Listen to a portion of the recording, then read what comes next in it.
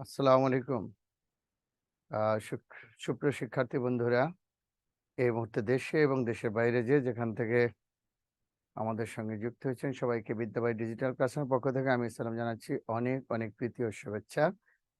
আশা করি সকলে ভালো আছেন, সুস্থ আছেন এবং নিরাপদে রয়েছেন। আর সাউন্ড টোন সব ঠিক আছে কিনা একটু বলতে হবে, হ্যাঁ? ক্যামেরা, লাইট, অ্যাকশন সব ঠিক থাকলে আমরা শুরু করব দেখশন। ঠিক আছে? ক্লাস হবে। ও, থ্যাংক ইউ। তাহলে আজকে আলোচ্য বিষয় কি জানা আছে তো, না? মার্কারটা কই?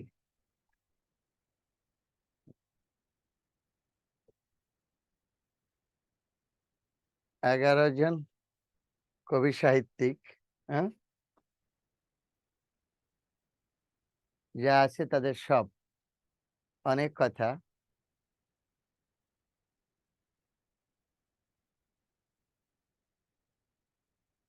আচ্ছা, তাহলে সময় লাগবে কিন্তু অনেক। প্রয়োজন হলে আমি যা যা শর্টকাট টেকনিক আছে লিখে দেব। একটু লিখে নাও। সবার আগে আসলে রবীন্দ্রনাথ ঠাকুর।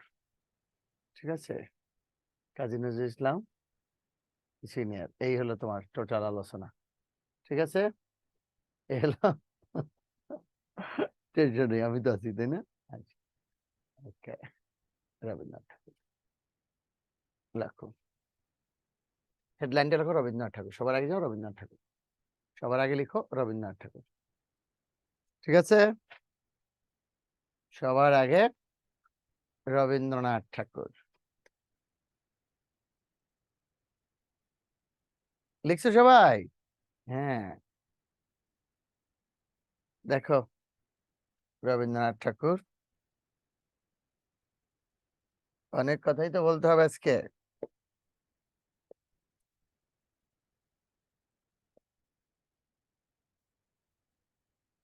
আঠেরোশো 61 আর 1941।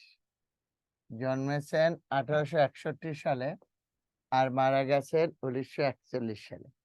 হ্যাঁ, একটা তথ্য আমি দিয়ে নিই এই সম্পর্কে। 80 বছর বয়স, একটি বিশাল জিন্দেগি পেলেন 80 বছরের, তাই না? কত বছর? 80 বছরের এক বিশাল জীবন। নজরুল যেখানে 43 বছর বয়সে, নজরুল যেখানে 43 বছর বয়সে হুম নির্বাক হয়ে গেলেন, নিস্তব্ধ হয়ে গেলেন, সেখানে রবীন্দ্রনাথ ঠাকুর 80 বছরের এক জীবন পেলেন, এক দীর্ঘ জীবন। ঠিক আছে? তাহলে কি দাঁড়াচ্ছে? রবীন্দ্রনাথ নজরুল যেখানে 43 বছর বয়সে নির্বাক নিস্তব্ধ হয়ে গেলেন, তারপরও একটা কথা মনে রাখবেন, শুধু বাংলা সাহিত্যে না, বিশ্ব সাহিত্যে, পৃথিবীর ইতিহাসে এত গান, নজরুলের মতো এত গান কোনো কবি রচনা করেননি। তাহলে গানের দিক থেকে নজরুল রবীন্দ্রনাথ সিনিয়র। এবার আসো, রবীন্দ্রনাথ ঠাকুর তার পিতামাতার কততম সন্তানদেরকে জানো? ওনারা ভাই বোন ছিলেন 15 জন। এই 15 জন ভাই বোনের মধ্যে রবীন্দ্রনাথ ছিল চতুর্দশ, 14তম। তাহলে রবীন্দ্রনাথ ঠাকুরের ভাই বোন ছিলেন কতজন? 15 জন। আর তিনি ছিলেন 14তম।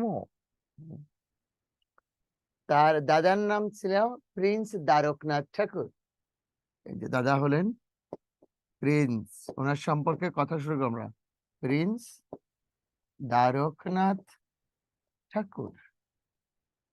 আর বাবা ছিলেন, এটা হলো তার দাদা, আর বাবা ছিলেন মহর্ষি মহর্ষি দেবেন্দ্রনাথ ঠাকুর।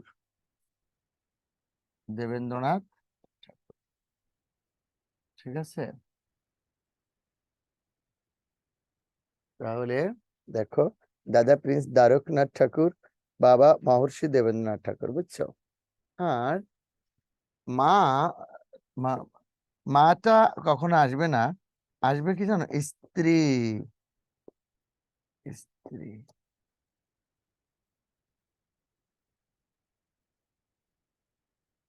ঠিক আছে? ভবতারিণী দেবী। ভবতারিণী দেবী বিয়ের পর রবীন্দ্রনাথ ঠাকুর তার নাম পাল্টে দিয়েছিলেন। নাম পাল্টে কি রাখলেন? মৃণালিনী দেবী। মৃণালিনী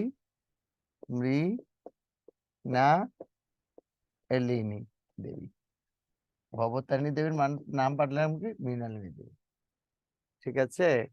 রবীন্দ্রনাথের উপরে যার প্রভাব সবচেয়ে বেশি তার বৌদি কাদম্বরী দেবী। কাদম্বরী কাদম্বরী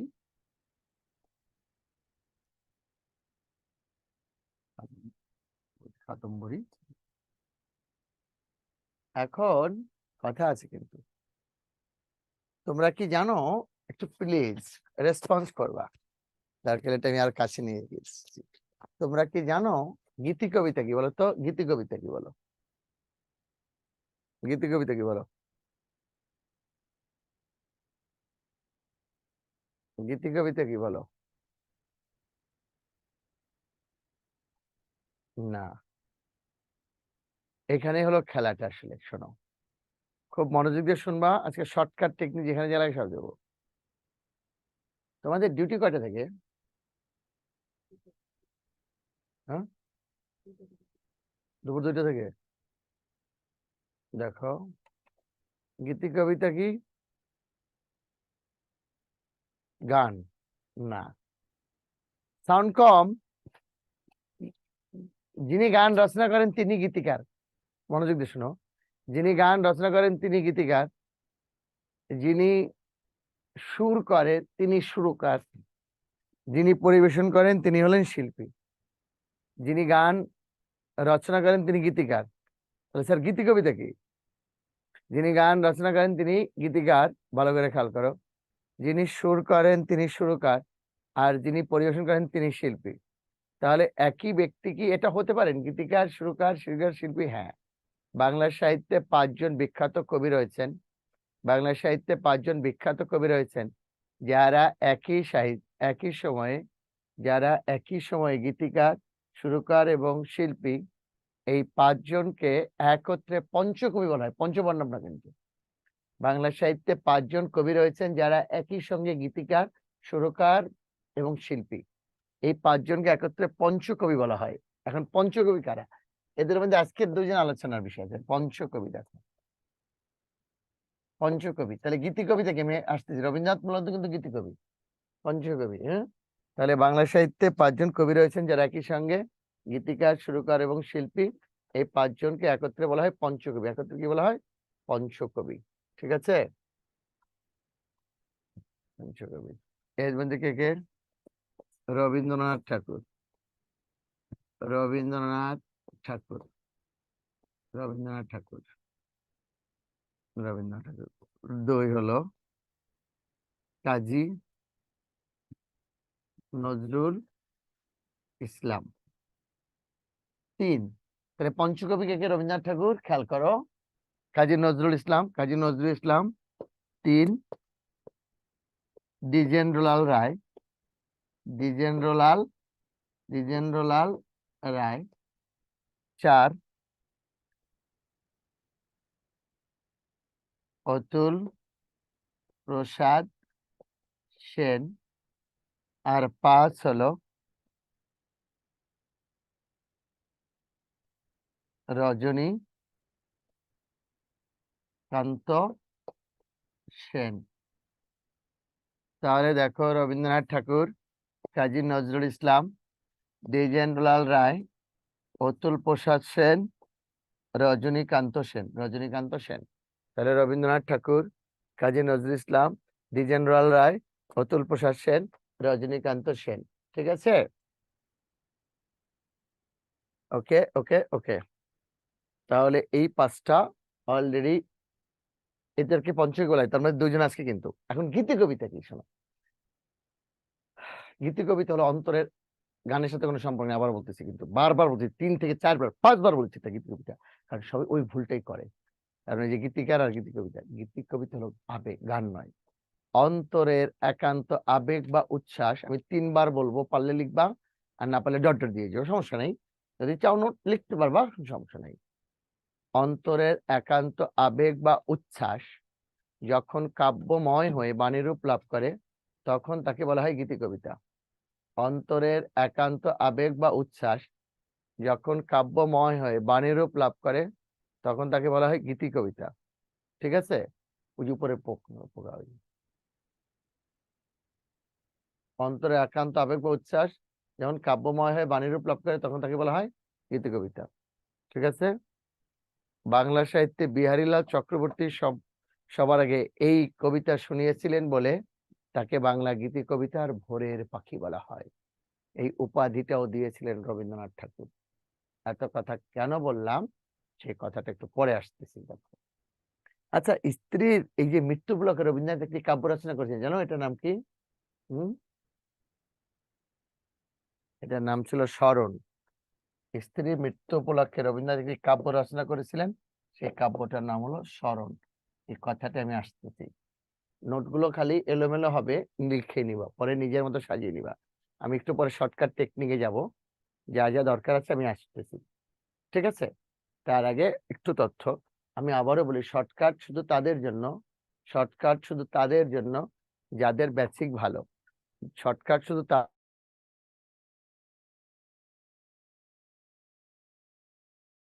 ভিডিওগুলো সব। তাহলে দেখো, লক্ষ্য করো,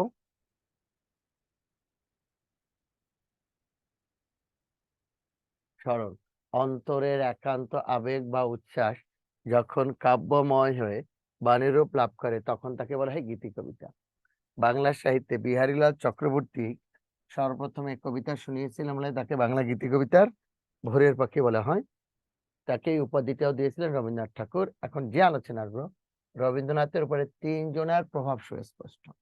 রবীন্দ্রনাথের উপরে তিনজনের প্রভাব সুস্পষ্ট। কে কে বলে তো? লালন ফকির, লালন ফকির, লালন ফকির, হ্যাঁ, আর একজন হলেন বিহারীলাল চক্রবর্তী, বিহারীলাল চক্রবর্তী, আর একটা হলেন বৈষ্ণব কবি, বৈষ্ণব কবি। তাহলে রবীন্দ্রনাথ ঠাকুরের উপরে তিন প্রভাব সুস্পষ্ট। কে কে? এক, লালন ফকির, বৈষ্ণব কবি এবং বিহারীলাল চক্রবর্তী। লালন ফকির, বৈষ্ণব কবি এবং বিহারীলাল চক্রবর্তী। ঠিক আছে, লক্ষ্য করো। এবার মূল আলোচনায় আসতেছি, খুব মনোযোগ দিয়ে শুনবা। বৈষ্ণব কবিদের আদরে রবীন্দ্রনাথ ঠাকুর রচনা করেছিলেন ভানু সিংহ ঠাকুরের পদাবলী। তাহলে রবীন্দ্রনাথের ছদ্মনাম কিন্তু ভানু সিংহ ঠাকুর। ভানু, আমি একটু ডিটেলস পড়াচ্ছি এই কারণে, আসলে যেন পারো যে কোনো প্রশ্ন। ভানু সিংহ ঠাকুর আমি শুরুতেই লিখে দিতে পারতাম, রবীন্দ্রনাথের ছদ্মনাম ভানু সিংহ ঠাকুর, আমি চাইলাম তোমরা পড়াটুকু ডিটেলস বুঝে নাও। তাহলে বৈষ্ণব কবিদের আদলে অর্থাৎ অনুরূপ বৈষ্ণব কবিদের আদলে রবীন্দ্রনাথ ঠাকুর রচনা করেন ভানু সিংহ ঠাকুরের পদাবলী। রবীন্দ্রনাথ মোট 9টা ছদ্মনাম ব্যবহার করেছিলেন, এর মধ্যে একটা হলো ভানু সিংহ ঠাকুর। রবীন্দ্রনাথ মোট 9টা ছদ্মনাম ব্যবহার করেছেন, এর মধ্যে একটা উল্লেখযোগ্য হলো ভানু সিংহ ঠাকুর। ঠিক আছে, তাহলে দেখো রবীন্দ্রনাথ ঠাকুরের পরে, আচ্ছা, লালন ফকিরের কথা একটু আসি এবার। লালনের গান প্রথম সংকলন করেছিলেন রবীন্দ্রনাথ ঠাকুর। এর মধ্যে আমি যে আলোচনা করতেছি, আর যদি প্রশ্ন আসে আর তুমি না পারো সেটা তোমার কষ্ট, কিন্তু লালনের গান প্রথম সংকলন করেছিলেন রবীন্দ্রনাথ ঠাকুর। যদি প্রশ্নটা এরকম হয় যে লালন ফকিরকে ভদ্র সমাজে পরিচিত করিয়ে দেওয়ার কৃতিত্ব কার? রবীন্দ্রনাথ ঠাকুর। তাহলে লালনের গান প্রথম সংকলন করেছিলেন রবীন্দ্রনাথ ঠাকুর। লালন ফকিরকে ভদ্র সমাজে পরিচয় করিয়ে দেওয়ার কৃতিত্ব তার। লালন ফকিরকে ভদ্র সমাজে পরিচিত করিয়ে দেওয়ার কৃতিত্ব তার, লালন ফকির। ঠিক আছে, ওকে। এমনকি লালনের একমাত্র স্কেচ, স্কেচ বুঝো, পেন্সিল দিয়ে আঁকা ছবি, লালনের একমাত্র স্কেচ অর্থাৎ পেন্সিল দিয়ে আঁকা ছবি, এটাও রবীন্দ্রনাথ ঠাকুর, এটাও রবীন্দ্রনাথ ঠাকুর, এটাও রবীন্দ্রনাথ ঠাকুর তার দাদা যতীন্দ্রনাথ ঠাকুরকে দেখিয়েছিলেন। আর লাস্ট কথাটা একটু আসো, বিহারীলালের বৌদি, রবীন্দ্রনাথের বৌদি কাদম্বরী দেবী ব্যক্তিগত জীবন নিয়ে এখনো আমি কোনো কথা বলিনি। রবীন্দ্রনাথের ব্যক্তিগত জীবন, প্রেম, এগুলো নিয়ে এখনো কোনো কথা বলিনি। বলবো, আমি ফাঁকে ফাঁকে লেখাই দেবো, বলবো। আচ্ছা, দেখো, আহ বিহারীলাল রবীন্দ্রনাথের বৌদি কাদম্বরী দেবী এবং রবীন্দ্রনাথ ঠাকুর এরা দুজনেই বিহারীলাল চক্রবর্তীর ভক্ত ছিলেন। রবীন্দ্রনাথের বৌদি কাদম্বরী দেবী এবং রবীন্দ্রনাথ ঠাকুর আহ দুজনেই বিহারীলাল চক্রবর্তীর ভক্ত ছিলেন। রবীন্দ্রনাথের বৌদি কাদম্বরী রবীন্দ্রনাথকে উৎসাহ দিয়ে বলতেন যে বড় হলে তুমি বিহারীলাল চক্রবর্তীর মতো অনেক বড় কবি হবে, বড় হলে তুমি বিহারীলাল চক্রবর্তীর মতো একজন গীতি কবিতা কবি হবে, বড়। বুঝছো? এবং রবীন্দ্রনাথ ঠাকুর কিন্তু বিহারীলাল চক্রবর্তীকে অনেকাংশে ছাড়িয়ে গিয়েছিলেন। বিহারীলাল চক্রবর্তীর যখন সারদা মঙ্গল কাব্য প্রকাশিত হয়, প্রথম সারদা মঙ্গল, তখন রবীন্দ্রনাথের বৌদি এতটাই মুগ্ধ হয়েছিলেন, তিনি তাকে একটি বসার জন্য আসন দিয়েছিলেন। তখন তিনি রচনা করেছিলেন সাধের আসন। এটা হলো সাধের আসন, ঠিক আছে? তাহলে এই বিষয়গুলো যেন একটু কথা বলার হয়, তাহলে আমি তোমাদেরকে এই কথাগুলো আসতেছি একটু ইয়ে করো। আমি এবারে এসে যাব, কিছু কথা আছে আর একটু তথ্য আছে, তথ্য দিয়ে আমি মূল আলোচনায় যাচ্ছি। হ্যাঁ, যা কারো যদি কোনো প্রশ্ন জিজ্ঞাসা থাকে সেই কথাটা আসতেছি। এটা ঠিক আছে, ব্যক্তিগত জীবন নিয়ে কিছু কথা বলবো। হ্যাঁ, নিশ্চয়ই। আমি আরো কারো প্রশ্ন থাকলে রেডি হও, আমি আসতেছি।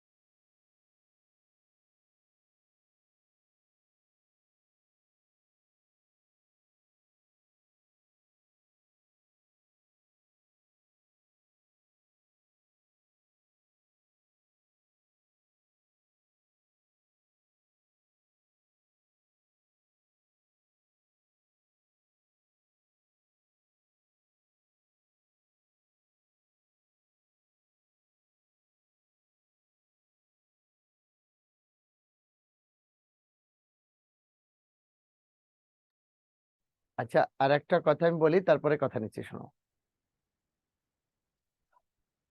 রবীন্দ্রনাথ ঠাকুর, আমি তার এক প্রশ্ন আছে তোমাদের কাছে, যদি উত্তর ভারত দিবা, যার যার হবে তার নাম বলো, একটু বলো। আচ্ছা, রবীন্দ্রনাথ ঠাকুরের গল্পগুচ্ছে কতটি গল্প রয়েছে? এই কথাটা যদি বলতে পারো তাহলে দেখি কে কে বলতে পারবে রবীন্দ্রনাথ ঠাকুরের, কিন্তু কেউ নেট সার্চ দিও না প্লিজ। রবীন্দ্রনাথ ঠাকুরের গল্পগুচ্ছে কতটি গল্প রয়েছে? শুধু যাদের জানা আছে তারা লিখে যাও, জানা জানা তাহলে লিখেও, সমস্যা নেই যদি কাছাকাছি যেতে পারো। এটা সেটা হয় কি, একটু শোনো। বিহারীলাল চক্রবর্তীর ছেলের কাছে রবীন্দ্রনাথ ঠাকুর তার মেয়ের বিয়ে দিয়েছিলেন, বেলা। কিন্তু সব ছেলে যে বাবার মতো হবে সেটা হয় না। বেলার জীবনে নেমে এসেছিল এক ভয়ঙ্কর ঘোর অমানিসা। সবারটা দেখতেছি কমেন্ট করতে হবে, কারণ কম মনে হচ্ছে এত জোরে হওয়ার পরও। বেলা, কাছে লাগাইলাম যেন ক্লিয়ার শুনে। বেলা, আচ্ছা কি দেখো তো, প্রশ্নটা দেখো। একটু পরে, একটু পরে, পরে পরে, একটু পরে।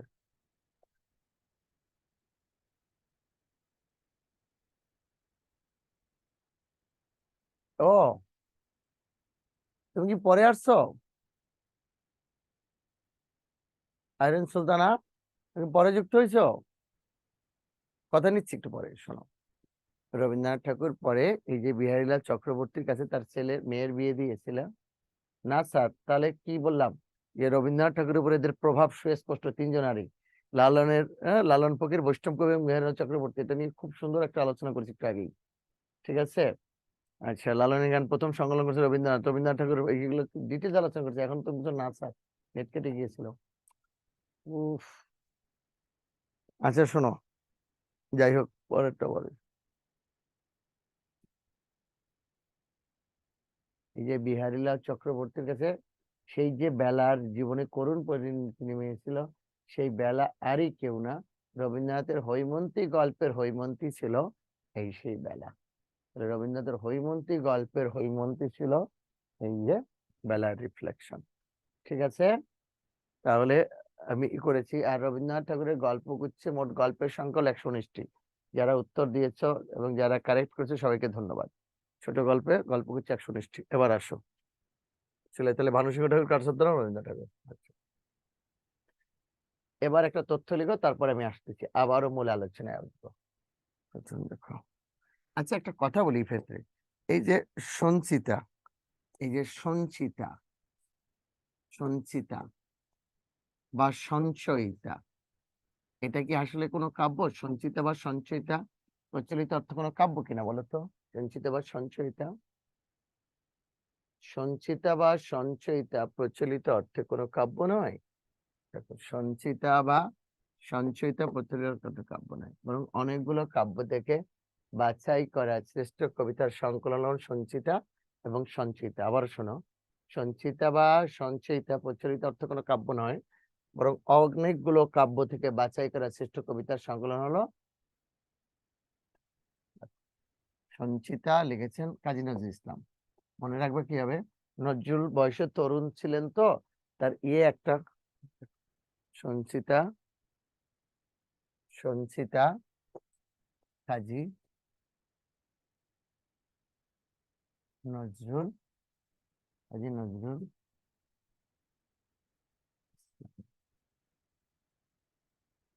আর সঞ্চয়িতা হলো রবীন্দ্রনাথ, রবীন্দ্রনাথ। তাহলে সঞ্চিতা কাব্যের রচয়িতাকে কাজী নজরুল ইসলাম, আর সঞ্চয়িতা কাব্যের রচয়িতাকে রবীন্দ্রনাথ ঠাকুর, রবীন্দ্রনাথ ঠাকুর। কিন্তু সঞ্চিতা বা সঞ্চয়িতা প্রচলিত অর্থে কোনো কাব্যগ্রন্থ নয়, বরং অনেকগুলো কাব্যগ্রন্থ থেকে বাছাই করা শ্রেষ্ঠ কবিতার সংকলন হলো সঞ্চিতা বা সঞ্চয়িতা। ওকে।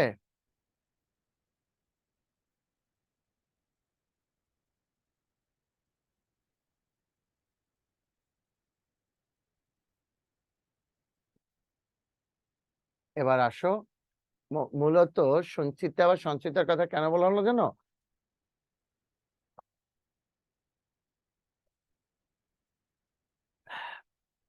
দেখো,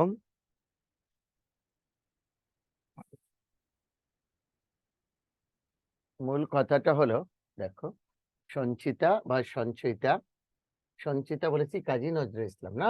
সঞ্চিতা, কাজী নজরুল ইসলাম তার এই সঞ্চিতা গ্রন্থটিকে রবীন্দ্রনাথ ঠাকুরকে উৎসর্গ করেছিলেন।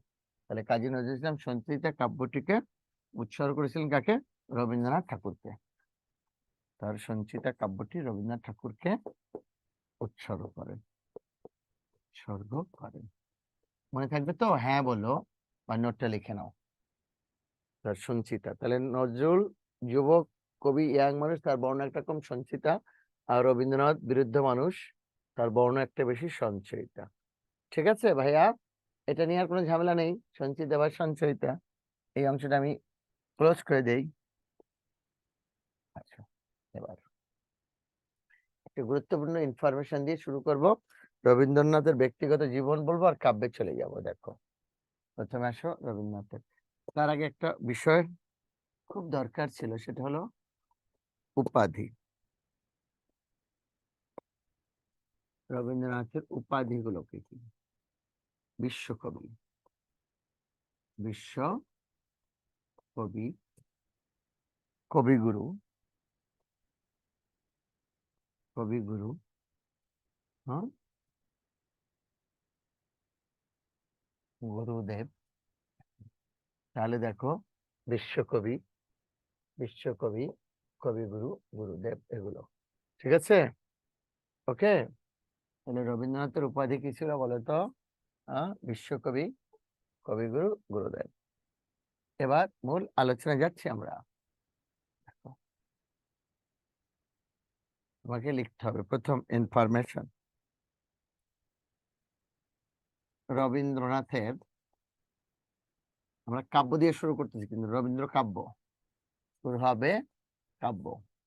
তার কাব্য এবং কাব্য গ্রন্থের মধ্যে তফাৎ কি, সেই আলোচনায় আমরা যাব। রবীন্দ্রনাথের প্রথম কাব্য বনফুল। রবীন্দ্রনাথের প্রথম কাব্য বনফুল 1876 এবং এবং প্রথম কাব্যগ্রন্থ, প্রথম কাব্যগ্রন্থ, কাব্যগ্রন্থ কবি কাহিনী। এটা হলো 1878।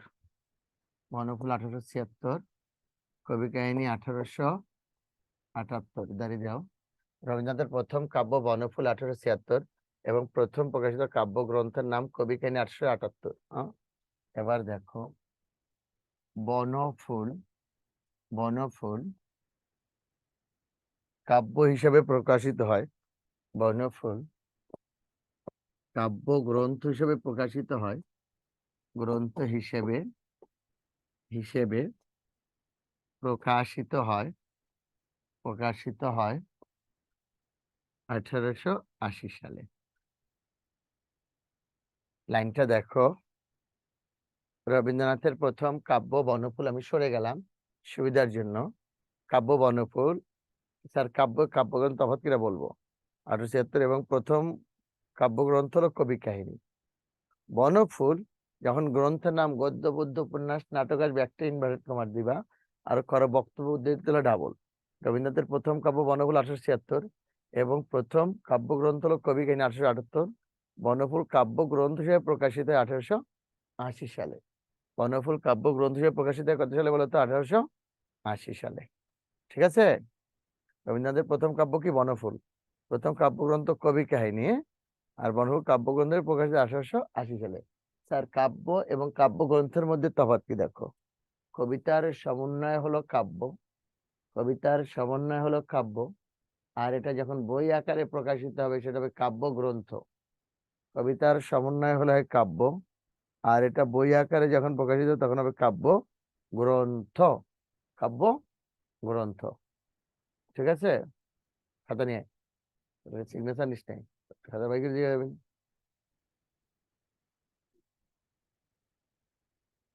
ওকে,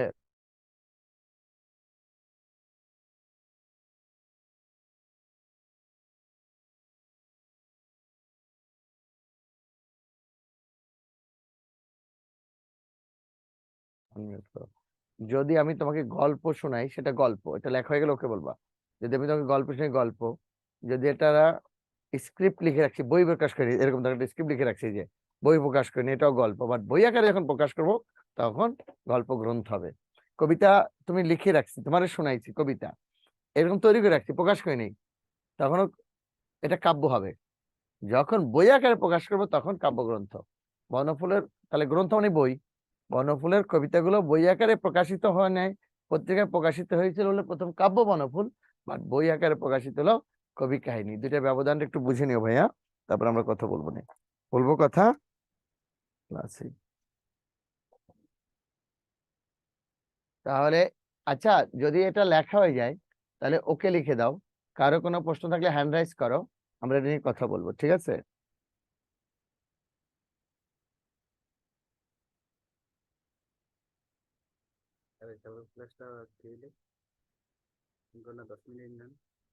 হুম।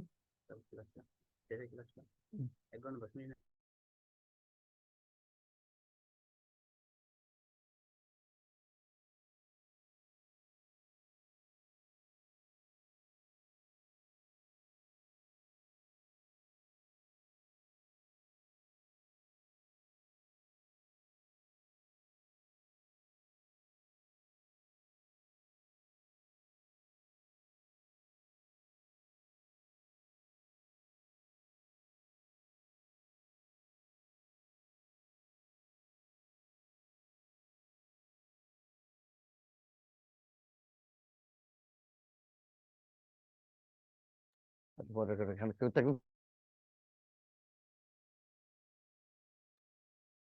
দেখাই দিয়ে যাও। এবার দেখো, তাহলে খেয়াল করো, এটা লেখা শেষ। কোনো প্রশ্ন আছে? এবার উল্লেখযোগ্য কাব্য, সঞ্চিতা সঞ্চিতা নিয়ে কিন্তু ঝামেলা দূর দূর করে দিয়েছি। এবার উল্লেখযোগ্য কাব্য, রবীন্দ্রনাথের প্রেম, ব্যক্তিগত জীবন একসাথে আসবে। আর বাকি ইয়া থেকে সব শর্টকাট টেকনিক শুরু হয়ে যাবে কিন্তু। ঠিক আছে? আচ্ছা, রেডি কিনা? অনেক আলোচনা আছে কিন্তু সময় লাগবে, মানসিক প্রস্তুতি নাও সবাই। ঠিক আছে? রবীন্দ্র নজরুল অনেক তো আলোচ্য বিষয়, অনেক অনেক অনেক। খালি ধরো একটা উপন্যাস নিয়ে যদি আলোচনা করতে, একটা উপন্যাস তাতেই তো 4-5 ঘন্টা চলে যাবে, বুঝছো? কিন্তু ওইটা ভিতরে ঢোকা যাবে না এইভাবে। সময় থাকলে আমি ঢুকাবো, একটা দিন এক উপন্যাস বা গল্পের কাহিনী শোনাবো, বুঝছো? তো এটা এবার আসো, দেখো, উল্লেখযোগ্য কাব্য এখান থেকে শুরু। রবীন্দ্রনাথের একটা বিখ্যাত কবিতা আছে, শুরুটা কি দেখো, এই যে নির্ঝরের, এই যে নির্ঝরের স্বপ্নভঙ্গ, স্বপ্নভঙ্গ, এখান থেকে রবীন্দ্রনাথের টার্নিং পয়েন্ট বলা হয়। এর আগে শুরুতেই তোমাদের বলেছিলাম, এর আগে রবীন্দ্রনাথ যা লিখছেন অন্যদের উপর ভর করে, বিহারীলাল চক্রবর্তী, লালন ফকির, বৈষ্ণব এদের উপর ভর করবে। এই নির্ঝরের স্বপ্নভঙ্গ কবিতা থেকে রবীন্দ্রনাথ একটা টার্নিং পয়েন্ট শুরু হলো। এবার রবীন্দ্রনাথ বুঝতে পেরেছে তাকে আর কার উপর নির্ভর করতে হবে না, তাকে আর কার উপর নির্ভর করতে হবে না। এই প্রথম রবীন্দ্রনাথ এত আপ্লুত হয়ে গেলেন, আজিয়ে প্রভাতে রবির কর, আজিয়ে প্রভাতে রবির কর, কেমনে পশিল প্রাণের পর, কেমনে পশিল গুহার আধারে, প্রভাত পাখির গান, না জানি কেন রে এতদিন পরে, জাগিয়া উঠেছে প্রাণ, ওরে উথলে উঠেছে বাড়ি, প্রাণের আবেগে প্রাণের বেদনা, রুধিয়া রাখিতে নারী, এসে খাল খাল গেয়ে খাল খাল। তাহলে এই যে নির্ঝরের, তাহলে দেখো রবীন্দ্রনাথের প্রথম যেটা হলো, হ্যাঁ সেটা কি, সেটা হলো নির্ঝরের স্বপ্নভঙ্গ, নির্ঝরের স্বপ্নভঙ্গ দিয়ে। ঠিক আছে? হ্যাঁ, রবীন্দ্রনাথের বিখ্যাত কি নির্ঝরের স্বপ্নভঙ্গ, কি দেশে হয়েছে, আজিয়ে প্রভাতে রবির কৌরে কেমনি পশিল প্রাণের পর, এই জায়গা থেকে আরম্ভ করে, এই জায়গা থেকে আরম্ভ করে রবীন্দ্রনাথের, তাহলে কোন কবিতাকে রবীন্দ্রনাথের টার্নিং পয়েন্ট বলা হয়? এই কবিতাটা কিন্তু। ঠিক আছে? এটা কবিতা কিন্তু, এটা কাব্য না, এটা কিন্তু বিখ্যাত কবিতা। আচ্ছা, রবীন্দ্রনাথের কবিতাগুলোর মধ্যে কয়েকটা গুরুত্বপূর্ণ দেখো, এর মধ্যে আরেকটা কবিতা আছে বিখ্যাত, উর্বশী। এটা একবার প্রশ্ন ছিল, এই যে উর্বশী কবিতা রবীন্দ্রনাথের কোন কাব্যের? উর্বশী কাব্য, বুঝছো?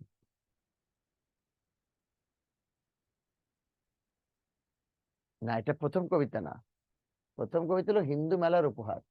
রবীন্দ্রনাথের, আবারও বলি, রবীন্দ্রনাথের খুব ভালো একটা প্রশ্ন করছো, ক্লিয়ার না, থ্যাংক ইউ, আমি বুঝাচ্ছি। দেখো, রবীন্দ্রনাথের প্রথম কবিতা কিন্তু হিন্দু মেলার উপহার, রবীন্দ্রনাথের প্রথম কবিতা কিন্তু হিন্দু মেলার উপহার। আর প্রথম কাব্য কিন্তু বলেছি। বাট রবীন্দ্রনাথের যে কবিতা থেকে, এটা প্রশ্ন আসছিল, বিসিএস এ আসছিল, রবীন্দ্রনাথের কোন কবিতা থেকে রবীন্দ্রনাথ বুঝতেছিলেন যে তার অপার সম্ভাবনায় ভবিষ্যৎ, কোন কবিতাকে টার্নিং পয়েন্ট বলা হয়? নির্ঝরের স্বপ্নভঙ্গ। কেন? তার বিষয়বস্তুর কারণে। ঠিক আছে? কি সেটা? সেটা হলো, আজিয়ে প্রভাতে রবির কর, কেমনে পশিল প্রাণের পর, মানে অর্থাৎ বাহিরের আলো, ভিতরে ভিতরে তার এইরকম। এখানে খুব কয়েকটা চমৎকার লাইন আছে, হেসে খল খল গে কল কল, তালে তালে দিব তালি। এটা উর্বশী বিখ্যাত কবিতা, নহমাতা নহকুন হে নন্দনবাসিনী উর্বশী, রবীন্দ্রনাথের বিখ্যাত কবিতা উর্বশী। আর একটা কবিতা আছে রবীন্দ্রনাথের, এখানে দেখো উর্বশী। এরপর রবীন্দ্রনাথের আরো দেখো, ক্যামেলিয়া, ক্যামেলিয়া। হুম? আচ্ছা, রবীন্দ্রনাথের বলাকা বা সোনারতরী, এটা রবীন্দ্রনাথের কবিতা না কাব্য? বলো তো, কে বলতে বাবা? বলাকা, সোনারতরী, এটা রবীন্দ্রনাথের কবিতা না কাব্য? আচ্ছা, একটা গুড, একটা ভালোই করছো। এগুলা কিন্তু কাব্য এবং কবিতা, বলাকা একটা কবিতা একটা কাব্যের নাম কিন্তু, বলাকা কাব্যের নাম, কবিতা বলাকা, কবিতা এবং কাব্য দুইটাই দুইটাই দুইটাই। এটার নাম কিন্তু ফরুক আহমেদের সাত সাগরের মাঝে একটা কবিতা এবং কাব্য, এটাকে নাম কবিতা বলা হয়। এটা ভালো করে না বুঝলে কিন্তু পরে ঝামেলা পড়ে যাবা, বুঝতে পারছো? তারপরে তুমি, তাহলে সোনার্থ একটা কবিতা একটা কাব্য, বলাকা একটা কবিতা একটা কাব্য, এটা নাম কবিতা বলা হয়। যেমন হৈমন্তী একটা চরিত্র একটা গল্প, এটা হৈমন্তী গল্পের নাম, চরিত্র হৈমন্তী। খালি এটা উর্বশী কোন কবির রচনা? এটা হলো রবীন্দ্রনাথ ঠাকুর। ক্যামেলিয়া, আসতেছি একটা একটা ব্যাখ্যা আসতেছি, ক্যামেলিয়া বিখ্যাত কবি, ব্যাখ্যা আসতেছি। ঠিক আছে? তাহলে কবিতা এবং কাব্য, নাম কবিতা। ক্যামেলিয়া তার, এবং তার একটি শেষ লেখা মৃত্যুসজ্জায় লেখা রবীন্দ্রনাথের বিখ্যাত কবিতা শেষ লেখা। শেষ লেখা কিন্তু আমার কাব্য, কিন্তু এই যে শেষ লেখা, শেষ লেখা। আচ্ছা, একটা প্রশ্ন করি, গীতাঞ্জলি কাব্যের প্রথম লাইনটা কেউ জানো কিনা? গীতাঞ্জলি কাব্যের প্রথম লাইনটা কেউ জানো কিনা বলুন? সব আসতেছে। গীতাঞ্জলি কাব্যের প্রথম লাইনটা কারো জানা আছে কিনা? সত্যি করে বলবা, এটা ভাইবে তো ধরো। আমার মাথা নত করে দাও হে তোমার চরণ ধুলার তলে, আমার মাথা নত করে দাও হে তোমার চরণ ধুলার তলে, সকল অহংকার ডুবাও হে আমার চোখের জলে। আমার মাথা নত করে, মনে রেখো, দাও হে তোমার চরণ ধুলার তলে, সকল অহংকার ডুবাও হে আমার চোখের জলে। নিজেরে করিতে গৌরব দান, নিজেরে কেবলই করি অপমান, আপনারে শুধু ঘেরিয়া ঘেরিয়া খুঁজে মরি পলে পলে, সকল অহংকার ডুবাও হে আমার চোখের জলে। মনে থাকে যেন। এবার আসো, মৃত্যুসজ্জায় লেখা রবীন্দ্রনাথের শেষ কবিতা। দেখো, বারবার চেঞ্জ হয়েছে রবীন্দ্রনাথের কাব্যের ধারা, একটু আলোচনা আসতেছি আমি। এই কটা কবিতার নাম মনে রেখো: নির্জয় স্বপ্নভঙ্গ, উর্বশী তার বিখ্যাত কবিতা, হ্যাঁ, ক্যামেলিয়া তার বিখ্যাত কবিতা, বলাক এবং সোনার দুটো কবিতা। হ্যাঁ, কাব্য। ও হরে, কবিতার সমন্বয় হলো কাব্য, অনেকগুলো কবিতার সমন্বয় হলো কাব্য। ক্লিয়ার? কবিতার সমন্বয়। তোমাদের সাথে একটা ক্লাস নিব, কাব্য কি কবিতা কি। হ্যাঁ, এবার দেখো, এই যে এর মধ্যে বলাক একটা বিখ্যাত কবিতা। রবীন্দ্রনাথ ঝিলাম নদীতে ছিলেন, কাশ্মীর চেনো? কাশ্মীর শ্রীনগর ঝিলাম নদীতে হঠাৎ করে এক ঝাঁক বলা করে গেলেন, রবীন্দ্রনাথ ঠাকুর লিখলেন। হ্যাঁ, বিখ্যাত কবিতা। যদিও সন্ধ্যা নামিছে মন্দ্র মন্থরে, এখান থেকে রবীন্দ্রনাথের গতিতত্ত্ব ভর করেছেন। রবীন্দ্রনাথের সোনার তরী দেখো, সোনার তরী কি হচ্ছে, সোনার তরী তার বিখ্যাত কবিতা। হ্যাঁ, সোনার তরী। বাট আমি এই কবিতা কটা মনে রেখো, আমি কাব্যে আসতেছি, আমি কাব্যে আসতেছি, ঠিক আছে ভাইয়া? খেয়াল করো কিন্তু, এখন ক্লাস হয়তো মজা লাগতেছে, তোমার ভালো লাগতেছে, এটা আসল মজা না। আসল মজা হলো যখন পরীক্ষার হলে গিয়ে তুমি মজা পাবা, এটা হলো আসল মজা। উম্মি ও প্রশ্ন করবে, ওকে প্রশ্ন করতে দাও প্লিজ, যে প্রশ্ন করতে হবে ওকে প্রশ্ন করতে দিবা। ঠিক আছে? তাহলে এটা কবিতা, কিন্তু কাব্য নিয়ে আসতেছি আমি। কাব্য, কাব্য দুইটা অলরেডি বলেছি, কি কি হ্যালো, বলেছি? আসসালামু আলাইকুম। আলাইকুম আসসালাম। আপু বলো প্লিজ। G sir. স্যার, এখানে আপনি মানে হচ্ছে যেটা বলছিলেন যে উর্বশী, তারপরে নির্ঝরের স্বপ্নভঙ্গ, ক্যামেলিয়া, হ্যাঁ, এগুলো বলাকা, সোনার তরী, এগুলো বলছিলেন যে কবিতা। তো এর মাঝখানে যে শেষ লেখা, এটা হচ্ছে কাব্য বললেন, তো এটা কি কাব্য নাকি কবিতা? এটাও কবিতা আবার কাব্য। আপু তোমাকে তো একটু এখানে ব্যাখ্যা করলাম, শোনার তরী কাব্য। কিন্তু একটা, এগুলো আগে আপাতত মনে রাখো কবিতা। এখন আমি আবার আচ্ছা। কাব্যের নামে এগুলো যখন চলে আসবে, তাহলে এটা কাব্য এবং কবিতা কিন্তু। শেষ লেখা কিন্তু রবীন্দ্রনাথ কবিতা, নামই কবিতা হুম। তোমার সৃষ্টির পর, ঠিক আছে? আবার শেষ লেখা রবীন্দ্রনাথ ঠাকুরের কিন্তু কাব্য, ঠিক আছে? হুম। তাহলে শেষ জি লেখা স্যার। কাব্যের নাম কবিতা, একটা কবিতা শেষ লেখা। বলাকা কিন্তু রবীন্দ্রনাথ একটা কবিতা আবার কাব্য, তাহলে বলাকা ও কাব্যের আচ্ছা নাম আচ্ছা। কবিতা কি? বলাকা। ক্লিয়ার? জি সোনারতরী স্যার। কিন্তু রবীন্দ্রনাথের কবিতা আবার কাব্য, সোনারতরী কাব্যের নাম কবিতা কি? সোনারতরী। তাহলে হ্যাঁ। কবিতা এবং কাব্যের মধ্যে তফাৎ কি খেয়াল করো। স্যার। আমাদের সাথে হ্যাঁ, আমি জি একটা স্যার। ক্লাস ক্লাস নিব কিন্তু এরপরে, যে এই যে কাব্য কি, মহাকাব্য কি, নাটক কি, প্রহসন কি, ট্র্যাজেডি কি, কমেডি কি। বাট আজকে একটু বুঝিয়ে দিই, কবিতার সমন্বয় হলো কাব্য, আর এটা বই জি আকারে স্যার। প্রকাশিত হলো কাব্য গ্রন্থ। আর এই কবিতা কাব্যটা যদি কাহিনী আকারে হয়, কাহিনী কোনো কাহিনী নিয়ে, তাহলে কাহিনী কাব্য। যেমন নকশিকাথার মাঠ, সুজন বাদিয়ার ঘাট এবং মা যে জননী কান্তে রাজ্য সমুদ্রের কাহিনী কাব্য। তাহলে স্যার। কবিতার সমন্বয় হলো কাব্য, বই আকারে প্রকাশ হলো কাব্যগ্রন্থ। আর কবিতা নামে কাব্য হলো নাম কবিতা, ঠিক আছে? আর কোন কাহিনী নিয়ে কোনো কাব্য হলে এটাকে বলা হয় কাহিনী কাব্য। ক্লিয়ার? জি স্যার। জি স্যার। স্যার, আরেকটা কথা, এখানে হচ্ছে যে যেটা বলছে যে হচ্ছে, তার মানে কি এইটা শেষ লেখা কি ওইটার কি মানে শিরোনামই কি ওই ওই কাব্যটার শিরোনামই কি শেষ লেখা? মানে না, ওইটা কি শেষ ওইটার ভিতরে লেখা, আলাদা একটা কবিতা? শেষ লেখা একটা কবিতা, আবার একটা কাব্যের নামও শেষ লেখা। ও ওই আচ্ছা আচ্ছা। কাব্যটা মৃত্যুসজ্জায় রবীন্দ্রনাথ যে কবিতা লিখছেন, ওটার নাম শেষ লেখা। আর ওই আচ্ছা আচ্ছা। কাব্যের নামেই ওই সময়কার রবীন্দ্রনাথ যা যা কবিতা লিখছিলেন, একদম শেষ মৃত্যুর আগে, ওইটা সবগুলো একসাথে প্রকাশ করা হলো, নাম লেখা হলো হুম। শেষ লেখা, কাব্যটার নাম। বুঝছো? জি স্যার। জি স্যার। ওকে আপু, জি থ্যাংক। স্যার। এবারে আরো কারো কোনো প্রশ্ন থাকলে আমি আছি, বলো আপু। আসসালামু আলাইকুম স্যার। আচ্ছা ভাইয়া, তোমার নাম বলো। আমার নাম মাসনুর। ভালো আছেন স্যার? জি ভালো আছে, প্লিজ। স্যার এই যে এতক্ষণ যে লিখলাম নির্ঝরের স্বপ্নভঙ্গ উর্বশী, এগুলা কি কাব্য ছিল না কবিতা? এবার কিন্তু আমি সত্যি সত্যি মাইন্ড করেছি। কেন বলো তো? স্যার শুরুতে স্যার শুনছিলাম যে কাব্য এরকম শুনছিলাম, এরকম এই জন্য আমি শ্রোতা কাব্য কাব্য লিখে ফেলছি। শুনছিলাম, এরকম কিছু বলছিলাম এতক্ষণ। এই যে আপুরে যে বুঝাইলাম, এই যে আপুরে যে বুঝাইলাম, তখনও তো একটু আলোচনা করলাম একই বিষয়। জি স্যার, পরে বলছেন আর কি কবিতা। তাও বলিনি কিন্তু। এটা যে সেরেফ কবিতার, ওখানে যা লিখি সব কবিতা, কিন্তু আবার বলছি সোনারতরী কবিতা কিন্তু আবার কাব্য আছে সোনারতরী নামে। বলাকা কিন্তু কবিতা, আর বলাকা নামে কাব্য আছে কিন্তু। বাট বিখ্যাত কবিতার নামগুলো আমি দিচ্ছি শুরুতে। এখন যেটা আছে এটা কাব্যর নাম। আচ্ছা ঠিক আছে স্যার। তারপর ধন্যবাদ, অন্তত কনফিডেন্ট দূর হলো। ঠিক আছে। না, শেষ লেখার নামটা রবীন্দ্রনাথ দিতে পারেননি, এই কাব্যের নামটা, বুঝছো? আসসালামু আলাইকুম স্যার। ওয়ালাইকুম আসসালাম, বলো ভাইয়া।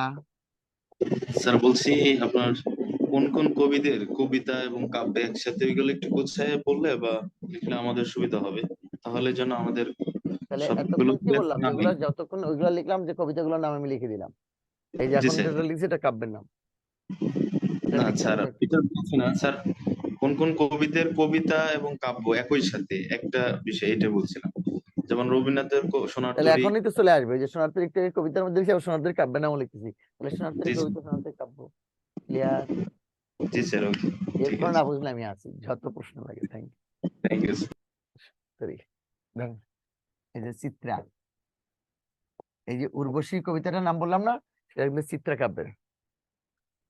কল্পনা, কণিকা, কণিকা, কণিকা, মানসী, সোনারতরী, চিত্রা, কল্পনা, কণিকা, খনিকা,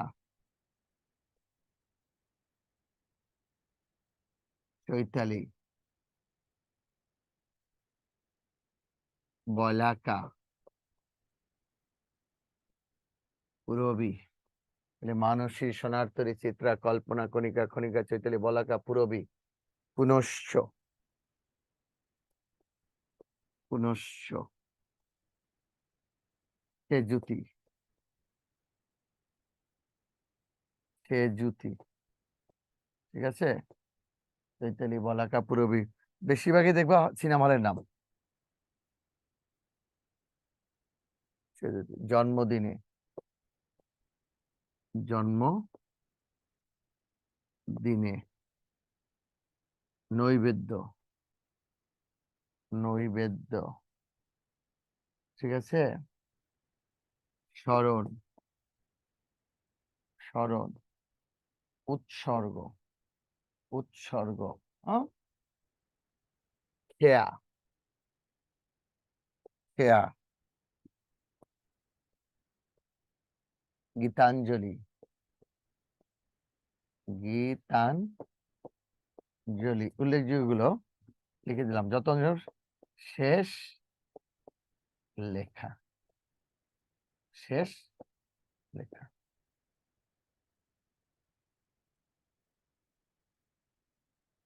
তার খুব শব্দ হচ্ছে, কোথায় শব্দ হচ্ছে? আমাদের এখানে তো কোনো শব্দ নেই ভাইয়া। শামসুল ইসলাম, এরকম কোনো পরিস্থিতি এখন? আচ্ছা, আমি সরে যাচ্ছি কিন্তু, নাহলে দেখবা না। এই যে সরে বসে বললাম। এবার দেখো, মানসী, সোনারতরী, চিত্রা, কল্পনা, কণিকা, খনিকা, চৈতালি, বলাকা,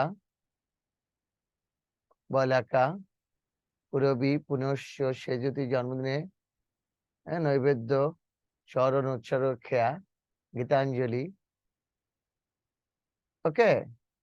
আচ্ছা, আর এর আগে দুইটা গ্রন্থের নাম লিখে দিয়েছিলাম। প্রথম কাব্য, মনে আছে তোমাদের? প্রথম কাব্য, তাহলে সঞ্চিতা বা সঞ্চয়িতা কোনো কাব্য নয়, বরং অনেকগুলো কাব্যগ্রন্থ থেকে বাছাই করা শ্রেষ্ঠ কবিতার সংকলন হলো সঞ্চিতা এবং সঞ্চয়িতা।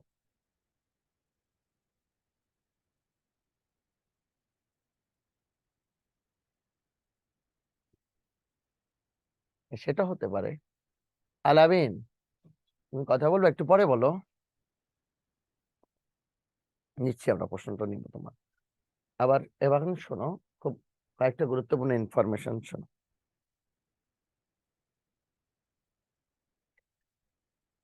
এর আগে রবীন্দ্রনাথ ঠাকুর, যদিও সেটা অত গুরুত্বপূর্ণ না, বৈষ্ণব কাব্যদের আদলে লিখেছিলেন ভানু সিংহ ঠাকুরের পদাবলী। ভানু সিংহ ঠাকুরের পদাবলী। তাহলে রবীন্দ্রনাথ ঠাকুর দেখো যে কাজটা করেছিলেন, যেটা দিয়ে, সেটা হলো ভানু সিংহ ঠাকুরের পদাবলী। আর কাব্য কি কি বিখ্যাত কাব্য? মানসী, সোনার তরী, চিত্রা, কল্পনা, কণিকা, খনিকা, চৈতালি, বলাকা, পুরবী, পুনশ্চ, সেজুতি, জন্মদিন, নৈবেদ্য, স্মরণ, উৎসর্গ, খেয়া, গীতাঞ্জলি, শেষ লেখা। এর বাইরে আরো আছে, বাট এগুলো গুরুত্বপূর্ণ। তিনি রবীন্দ্রনাথ মোট 56টা কাব্য লিখেছিলেন। কয়টা কাব্য রচনা করেছেন? 56টা। এখন প্রথমেই শুরুতেই বলেছিলাম রবীন্দ্রনাথ ঠাকুরের উপরে যাদের প্রভাব পড়েছিল, বৈষ্ণব কবিদের আদলে ভানু সিংহ ঠাকুরের পদাবলী লিখছিলেন। এবার আসো কাব্য, এগুলো সব কাব্য ভাইয়া, এগুলো সব কাব্য। এখন এখানে যে আছে সব কাব্য, তবে আবার আগেই বলেছি সোনার তরী কিন্তু কবিতাও, ঠিক আছে? আচ্ছা, আরো যদি হয়, বলাকা কিন্তু কাব্য, বাট বলাকা কিন্তু আবার কবিতাও আছে। বলাকা কাব্যের একটা কবিতা নামই বলাকা। ক্লিয়ার ভাইয়া? মনসুর খান, এবার দেখো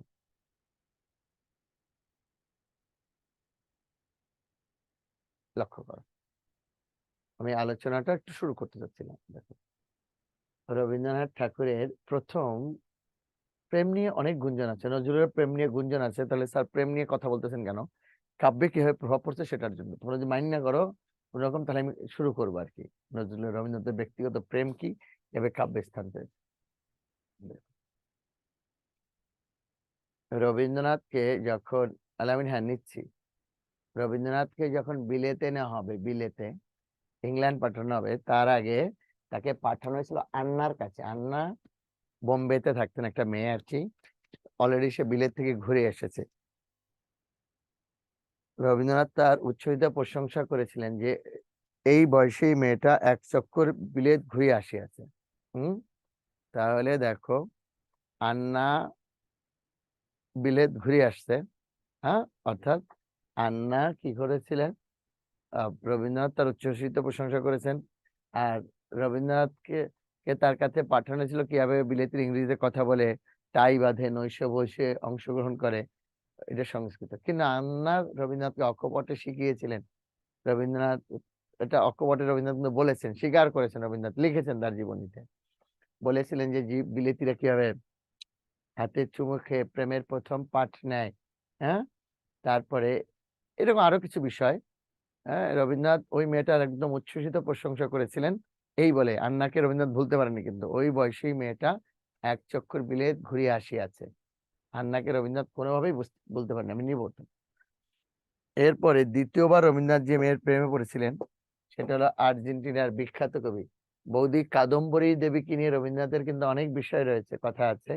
কারণ রবীন্দ্রনাথ ঠাকুর আত্মহত্যা করার পরে, অর্থাৎ রবীন্দ্রনাথ বিয়ে করার পরে কাদম্বরী দেবী আত্মহত্যা করেছিলেন। হ্যাঁ, ঠিক আছে। তাহলে কাদম্বরী দেবী কি করেছে বলতো? রবীন্দ্রনাথ বিয়ে করার পরে কাদম্বরী আত্মহত্যা করেছিলেন এবং একটা সুইসাইড নোট রেখেছিলেন। এটা নিয়ে যত কথা আর কি, ঠাকুর পরিবারে অনেক কথা।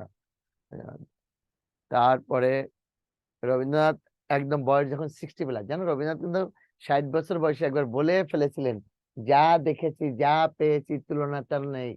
রবীন্দ্রনাথ ভালো ভেবেছিলেন যে তিনি মরে যাবেন, বুঝছো? কিন্তু তিনি যখন মারা যাননি, তখন আবার লেখা শুরু করলেন, নতুন করে শুরু করলেন পুনর্ষ। এখানে তিনি নানান রকম পরীক্ষা নিরীক্ষা শুরু করলেন এবং পুনর্ষ কাব্যের ক্যামেলিয়া কবিতা, এখান থেকে রবীন্দ্রনাথ গদ্য শুরু করেছেন, কিন্তু পুনর্ষ কাব্য থেকে। রবীন্দ্রনাথের বয়স, তাহলে রবীন্দ্রনাথ দুবার প্রেমে পড়েছিলেন, একদম লিস্টেড প্রেমে। বয়স যখন 16+ তখন পড়েছিলেন আন্নার। আর বয়স যখন 60+ তখন যার প্রেমে পড়েছিলেন, তিনি আর্জেন্টিনার বিখ্যাত কবি ভিক্টোরিয়া ওকাম্পো। ভিক্টোরিয়া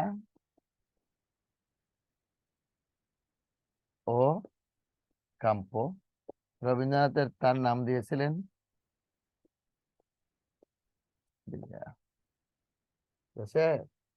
আর্জেন্টিনার বিখ্যাত কবি ভিক্টোরিয়া ওকাম্পো, রবীন্দ্রনাথ তার নাম দিয়েছেন বিজয়া। রবীন্দ্রনাথ, তাহলে ঘটনাটা শোনো, রবীন্দ্রনাথ তাকে একটি কাব্য উৎসর্গ করেছিলেন, সেই কাব্যটার নাম হলো পূরবী। প্রশ্ন হবে কি জানো, আর্জেন্টিনার কোন বিখ্যাত মহিলাকে রবীন্দ্রনাথ ঠাকুর পূরবী কাব্য উৎসর্গ করেছিলেন? Victoria Ocampo. Rabindranath Thakur Victoria ওকাম্পোর নাম কি দিয়েছিলেন বলো তো? নাম দিয়েছিলেন বিজয়া। হ্যাঁ, বিজয়া। এবং উৎসর্গ, আচ্ছা আগে একটু ব্যাকগ্রাউন্ডটা বলে নেই। রবীন্দ্রনাথ ঠাকুর পেরু যাবেন তখন, পেরু সফরে। তখন আর্জেন্টিনার এই বিখ্যাত মহিলা কবির তিনি আতিথেয়তা গ্রহণ করেছিলেন।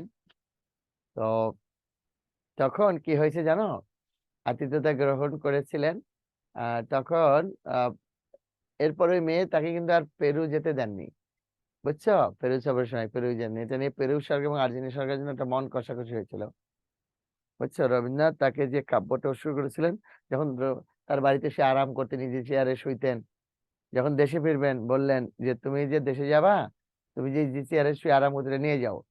এত বড় চেয়ার জাহাজের কেবিনের দরজা দিয়ে ঢোকে না, মেয়েটা ক্যাপ্টেনকে বলে স্পেশাল পারমিশন নিয়ে জাহাজের দরজা কেটে ওই চেয়ারটা ঢুকিয়ে দিয়েছিলেন।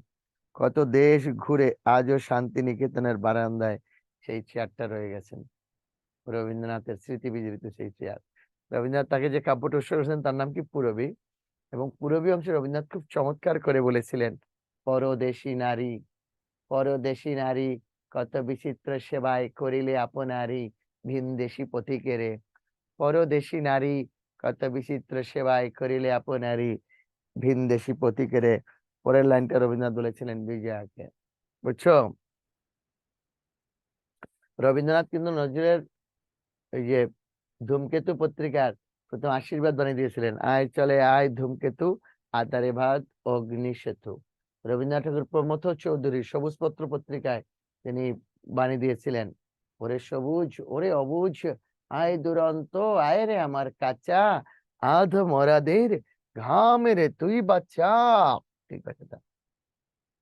রবীন্দ্রনাথ ঠাকুর যখন পূর্ব বাংলার জমিদারি পেলেন, প্রতিশর শিলাইদহ শাহজাদপুর, তখন কাব্যে গানে এক নতুন মাত্রা যোগ হলো। জীবনকে এত কাছ থেকে তিনি দেখেন নাই, আর এটা যা দেখতেন তাই লিখতেন তার ভ্রাতুষ্পুত্রী ভাইয়ের মেয়ে ইন্দিরা দেবীকে। সেই পত্রগুলি হলো ছিন্ন পত্র নামে পরিচিত। রবীন্দ্রনাথ যা দেখতেন, হ্যাঁ, তাই লিখতেন তার ভ্রাতুষ্পুত্রী ভাইয়ের মেয়ে ইন্দিরা দেবীকে। এই পত্রগুলোই ছিন্ন পত্র নামে পরিচিত, বুঝছো?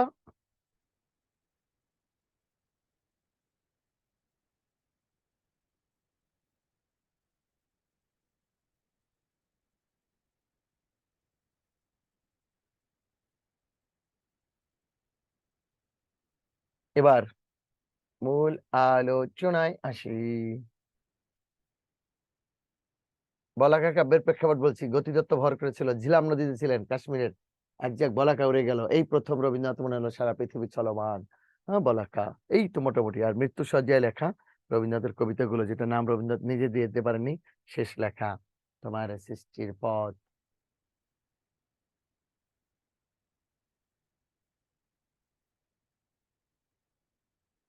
তোমার সৃষ্টির পথ রেখে চাকীর্ণ করি, আমার সঙ্গে বলো শেষ লেখায় কি লিখেছিলেন? তোমার সৃষ্টির পথ রেখে চাকীর্ণ করি, কত বিচিত্র ছলনা জালে হে ছলনাময়ী, মিথ্যা বিশ্বাসের ফাঁদ পেতেছ নিপুণ হাতে। রবীন্দ্রনাথের এই কাব্যগুলো, কবিতাগুলো, আগে বলছি কবিতাগুলো একটা কাব্য, আর প্রথম কাব্য বনফুল কাব্যগ্রন্থটা নিয়ে কথা বলেছি। তোমরা চাইলে এই অংশটা থেকে, আমরা উপন্যাস থেকে এখন কাজ শুরু করবো কিন্তু শর্টকাট, তোমরা চাইলে কথা বলতে পারো, যে কেউ কথা বলতে পারো। চিহ্নপত্র কি যাচ্ছি ছাড়ছি, চিহ্নপত্র এখনই লিখবো না, একটু পরে লিখবো না চিহ্নপত্র, ঠিক আছে? ভাইয়ের মেয়ে ইন্দিরা দেবীকে লেখা, এটা ইন্দিরা দেবী কে ছিলেন? প্রমথ চৌধুরী। আচ্ছা বললেও বলতে পারি, আগে একটু উপন্যাসটা করে আসি। কথা বলে কেউ আনমিউট করে কথা বলতে পারবা। হ্যালো, আসসালামু আলাইকুম। বলছিলাম নাম বলে প্রশ্ন করো। স্যার, উম্মে আফরোজ। আপু বলো। স্যার, এই যে ছিন্নপত্র যখন লেখে মানে রবীন্দ্রনাথ ঠাকুর, হ্যাঁ, হুম, তখন উনি মানে কোথায় জমিদারি করতো বা কোন জায়গায় সে শাসন অবস্থায় ছিল, মানে পুরোটাই এই পূর্ব শাসক ছিল? বাংলার আমাদের এই এলাকায় প্রতিশর শিলাইদহ শাহজাদপুর, একটা পত্র না, অনেকগুলো পত্র, বুঝছো? জি স্যার। 158টা পত্র, এর মধ্যে 158। 51টাই লিখছেন তার ভাইয়ের মেয়েকে উদ্দেশ্য করে, বুঝছো? বিভিন্ন সময় ওইগুলো উনি কিন্তু আর 158টা পত্র। এর মধ্যে 151টাই ভাইয়ের মেয়ে ইন্দিরা দেবীকে, আর 60টা হলো শ্রীশচন্দ্রকে আর কি, বুঝছো? মোট আর 108 সাতটা কাকে লিখছে? শ্রীশচন্দ্র। ত্রিশচন্দ্র। হুম। তাহলে ছিন্নপত্র নিয়ে একটু যদি নোট করছো এখনই লিখে করো, তোমরা জি চাইলে স্যার। করতে পারবা। ভাইয়ের মেয়ে ইন্দিরা দেবীকে লেখা। আচ্ছা, আরেকটা কথা বলিনি, একটু ব্যাকগ্রাউন্ডটা না বললে বুঝতে পারবা না। এই ইন্দিরা দেবী কিন্তু রবীন্দ্রনাথের ভাইয়ের মেয়ে, রবীন্দ্রনাথের সাথে খুবই ভালো সম্পর্ক ছিল। রবীন্দ্রনাথ কোথাও গেলে কিন্তু এটা যেতেন, এবং কলকাতা টাউন হল একবার গেছেন একটা অনুষ্ঠানে। প্রমথ চৌধুরী তার কলকাতা বিশ্ববিদ্যালয়ের ছাত্র। পরে কিন্তু যাই হোক, এই বন্ধুরা প্রমথ চৌধুরীকে বলছিল চল রবীন্দ্রনাথের ভাইজিকে দেখে দিই, রবীন্দ্রনাথ কিন্তু রাজি হননি, বলছে না। ওই যে প্রমথ চৌধুরীকে বলছিলেন যে চল রবীন্দ্রনাথের ভাইজিকে দেখে, প্রমথ চৌধুরী রাজি হন নাই, বুঝছো? যাই হোক, সেটা অনেক বড় কথা। তাহলে সেই পত্রটাই হলো ছিন্নপত্র। হ্যাঁ? ওই পরে কিন্তু প্রমথ চৌধুরীর সাথেই এই ইন্দিরা দেবীর বিয়ে হয়েছিল। ওই জন্য গান আছে, বন্ধুরা বললো চল, উনি বললো আমি যাবো না। কেন? বলে নিজের খেয়ে বোনের মোস্তানোর অভ্যাস আমার নেই। বন্ধুরা কিন্তু গিয়েছিলেন, বাট উনি যাননি। অথচ তিনিই বিয়ে করলেন, পরবর্তী তার সাথে বিয়ে হয়েছে কিন্তু। এই জন্য গান আছে না, যদি থাকে নসিবে আপনায় আপনি আসিবে, জোর করে মন হরণ করো না। তাহলে থ্যাংক ইউ স্যার। ভাইয়ের মেয়ে ইন্দিরা দেবীকে লেখা রবীন্দ্রনাথের পত্রগুলো ছিন্নপত্র নামে পরিচিত। ছিন্নপত্র। পত্র সংখ্যা হলো 158টা, এর মধ্যে 151টাই ইন্দিরা দেবীকে লেখা, বাকিগুলো শ্রীশচন্দ্রকে, বাকি 7টা। এটা তাহলে উপন্যাস, আমি একটা শর্টকাট টেকনিক লিখবো এবার। প্রবন্ধ গ্রন্থ কি এখনো যায়নি, ঠিক আছে? এগুলো নিয়ে একটা ক্লাস করবো। রবীন্দ্রনাথের প্রবন্ধ গ্রন্থ যায়নি, আবার প্রবন্ধ হলো কোনো ব্যক্তি কেন্দ্রিক, কোনো বিষয় কেন্দ্রিক, বস্তু কেন্দ্রিক, বুঝছো? আর গল্পে কাহিনী থাকবে, চরিত্র থাকবে, প্লট হবে ছোট, তখন হবে গল্প বা ছোট গল্প। আর প্লট থাকবে, কাহিনী থাকবে, চরিত্র থাকবে, বড় হবে, তখন হবে উপন্যাস। তাহলে কি কি বলছি? তুমি যা লিখবা তাই রচনা। যখন পদ্যে পদ্যে লিখবা তখন কবিতা। কবিতার সমন্বয় হলে কাব্য। আর এটা বই আকারে হলে কাব্যগ্রন্থ। মহাকাব্য আবার আলাদা জিনিস, ওটা আবার পরে আলোচনা হবে। আর হলো যদি কাহিনী থাকে, চরিত্র থাকে, বাট ছোট, তাহলে হবে গল্প বা ছোট গল্প। আর কাহিনী থাকবে, চরিত্র, প্লট হবে দীর্ঘ, তাহলে হবে উপন্যাস। তাহলে উপন্যাস। আরো কোনো বিষয় কেন্দ্রিক, বস্তু কেন্দ্রিক, ব্যক্তি কেন্দ্রিক, এটা হলো প্রবন্ধ, এটা হবে প্রবন্ধ।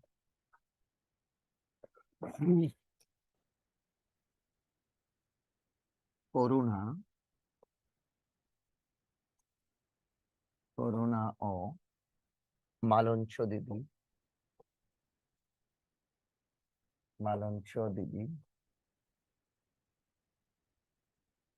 নৌকাডুবি বইয়ের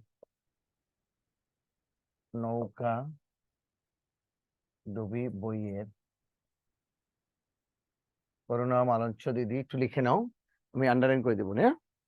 আর তোমাদের যত প্রশ্ন আছে প্লিজ, কনফিউশন, আমি খুশি হয়েছি এই যে জিজ্ঞেস করছে প্রবন্ধ কি, যে বিষয়, কারণ হলো কনফিউশন দূর করা দরকার, ভালো হওয়া দরকার। অনেক জিনিস খালি মুখস্থ করে আসছে, বুঝি নাই, ওগুলো বোঝা দরকার, তাই না? হুম। করুণা মালঞ্চ দিদি, রবীন্দ্রনাথ ঠাকুরের সাথে কিন্তু আইনস্টাইনের কথাও হয়েছে, বুঝছো?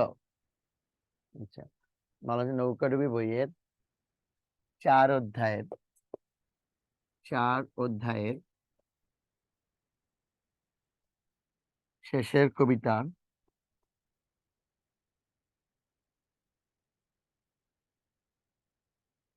করুণা মালঞ্চ দিদি নৌকাডুবি বইয়ের 4 অধ্যায় শেষের কবিতার গোড়া থেকে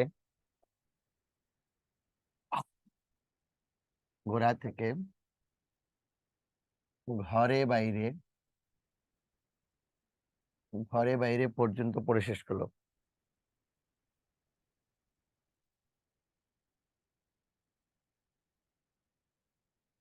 পড়ে শেষ করলো। এদিকে রাজর্ষি ও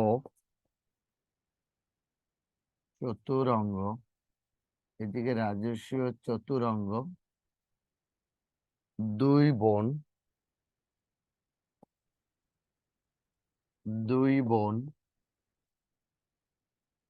ও বউ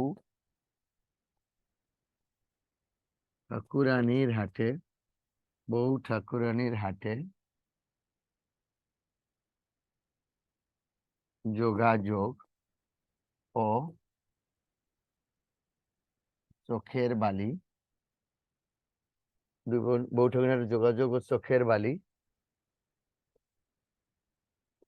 বালি সিনেমা,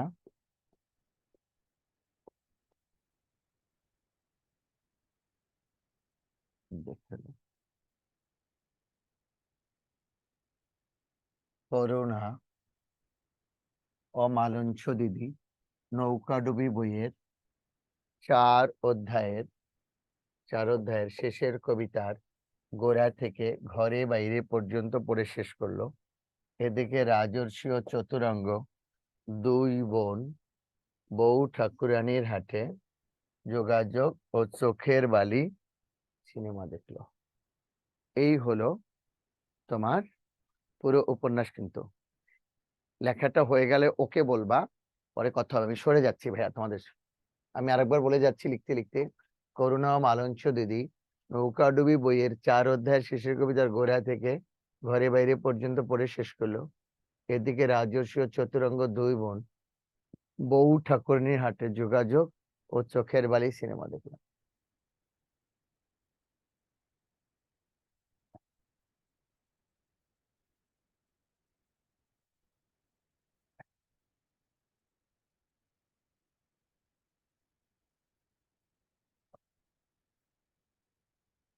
ওয়াও, এখন কয়েকটা তথ্য লিখতে হবে, পারবা? নোট 1, বারবার নোট কথাটা লিখবা না। নোট 1, এবার 2, 3, 4, 5 এরকম। হ্যাঁ, একটা তথ্য লিখো। লেখো করুণা রবীন্দ্রনাথ ঠাকুরের অগ্রন্থিত উপন্যাস, একটু লিখে নাও। নোট 1 বা ইনফরমেশন 1, এই যে 1 আর কি। দেখো করুণা, এই বই, এইটা কিন্তু কখনোই বই আকারে প্রকাশ করা হয় নাই। হ্যাঁ, কবিতা কাব্য তো অনেক, 56টা, 100 তো সব তো না, এই জন্য যেটা লাগবে ওইটা দিয়ে দিয়েছি। আর এটা সবগুলো একসাথে, তো এই জন্য এটা শর্টকাট দিয়ে দিয়েছি ভাইয়া। উপন্যাস এগুলো নাটকগুলো দিয়ে দেবো নে। দেখো করুণা রবীন্দ্রনাথ ঠাকুরের অগ্রন্থিত উপন্যাস, একটু লেখো। করুণা নাম্বার 1, রবীন্দ্রনাথ ঠাকুরের অগ্রন্থিত উপন্যাস। লিখছো ভাইয়া? লেখা শেষ। করুণা রবীন্দ্রনাথ ঠাকুরের অগ্রন্থিত উপন্যাস, অগ্রন্থিত উপন্যাস।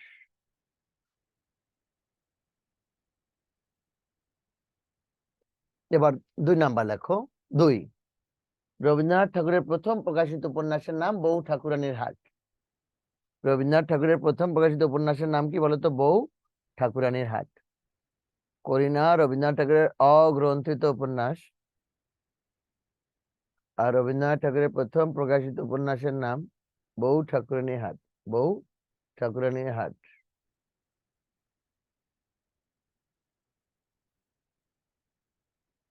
বউ ঠাকুরানীর হাট। ওকে,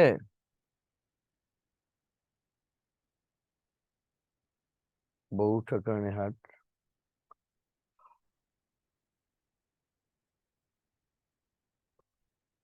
বউ ঠাকুরানীর হাট লিখছো? পরের নাম্বার যাও।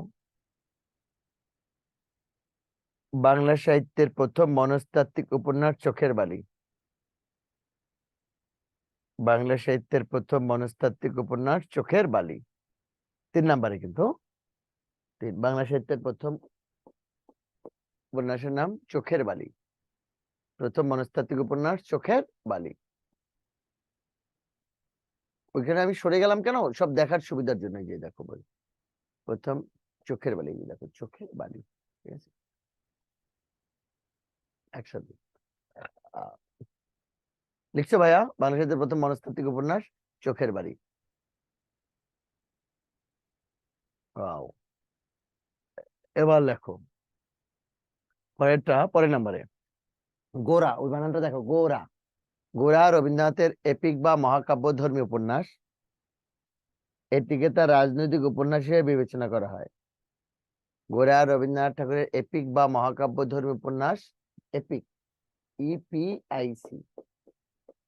গোরা রবীন্দ্রনাথ ঠাকুরের খুবই গুরুত্বপূর্ণ তথ্যগুলো, এগুলো এখন মিস করলে পরে দেখবা। এখন গোরা রবীন্দ্রনাথ ঠাকুরের এপিক বা মহাকাব্যধর্মী উপন্যাস, এটিকে তার রাজনৈতিক উপন্যাস হিসেবে বিবেচনা করা হয়।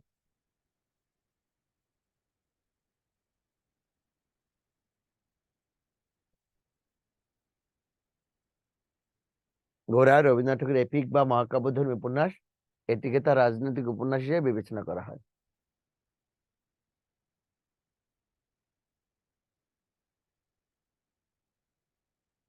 গোরা রবীন্দ্রনাথ ঠাকুরের এপিক বা মহাকাব্যধর্মী উপন্যাস, এটিকে তার রাজনৈতিক উপন্যাস হিসেবে বিবেচনা করা হয়।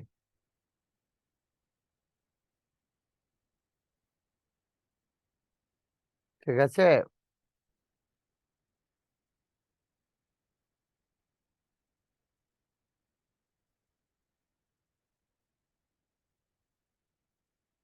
এপিক বা মহাকাব্যধর্মী উপন্যাসকে তার রাজনৈতিক উপন্যাস হিসেবে বিবেচনা করা হয়। ঠিক আছে, এবার যাও।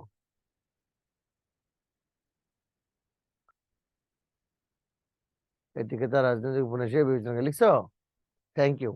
এবার লেখো পরের নাম্বার, লাস্ট নাম্বার, লাস্ট বোর্ডের দিকে তাকাও। শেষের কবিতা রবীন্দ্রনাথ ঠাকুরের কাব্যধর্মী উপন্যাস। শেষের কবিতা রবীন্দ্রনাথ ঠাকুরের কাব্যধর্মী উপন্যাস।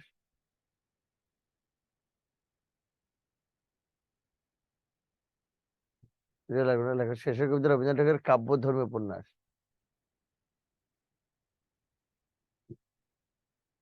শেষের কবিতা রবীন্দ্রনাথ ঠাকুরের কাব্যধর্মী উপন্যাস।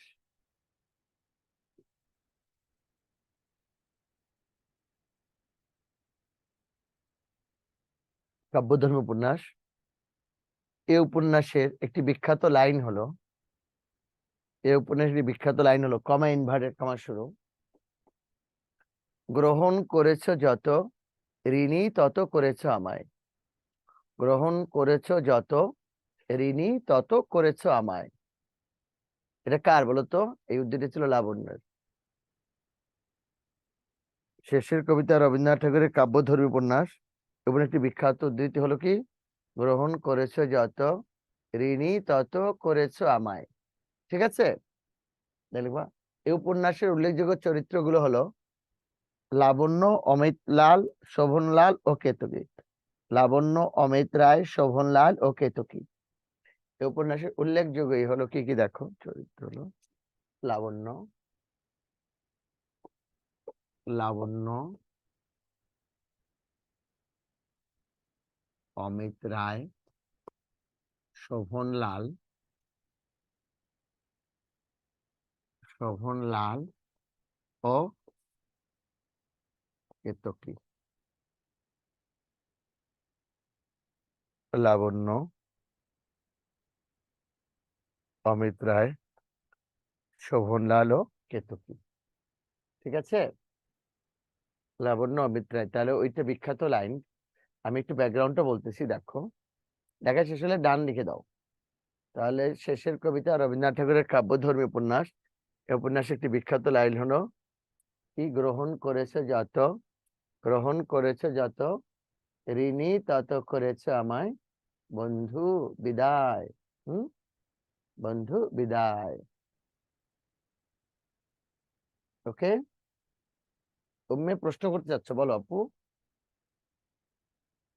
লাবণ্য, অমিত রায়, শোভনলাল ও কেতকী। তুমি একটা কথা মনে রাখতে পারো শর্টকাট, লাবণ্য, অমিত রায়, শোভনলালের জন্য কত কি যে এনেছে। কি কি বলছে বলো তো? লাবণ্য, অমিত রায় ও শোভনলালের জন্য কত কি যে এনেছে। তাহলে উত্তর কি? লাবণ্য, অমিত রায়, শোভনলাল ও কেতকী। লাবণ্য, অমিত রায়, শোভনলাল ও কেতকী। বলো, নাম বলো, নাম। আপু কথা বলো। হ্যালো, আসসালামু আলাইকুম স্যার। ওই যে শেষের কবিতার কাব্যধর্মী উপন্যাস এবং এটার যে উল্লেখযোগ্য যে লাইনটা, ওইটা একটু বলবেন প্লিজ। হ্যাঁ, কয়েকবার না বললাম তুমি আগে। গ্রহণ স্যার ওইটা আমি গ্রহণ করেছো যত, ঋণী তত করেছো আমায়। আমি লিখে দিতে পারি চাইলে। যে গ্রহণ, গ্রহণের মূর্ধন্য, গ্রহণ এতক্ষণে বললে আমি কত আগে লিখে দিতাম। করেছো যত, যে স্যার লিখে দেন, ঋণী তত করেছো আমায়। কি জাদু করেছো আমায়, ঘরে আর থাকিতে পারি না। এটা কার? এই উদ্ধৃতি কার জানো? লাবণ্য। লাবণ্য কি হবে দেখো, আর উল্লেখিত চরিত্র কি কি বলছি? লাবণ্য, অমিত রায়, অমিত রায়, শোভনলাল, শোভনলাল ও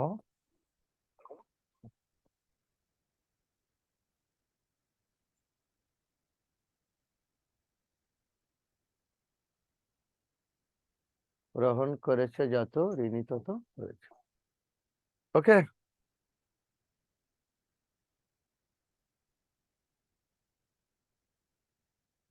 তাহলে কাজ শেষ, কিন্তু তাহলে কাজ শেষ আমাদের। হ্যাঁ,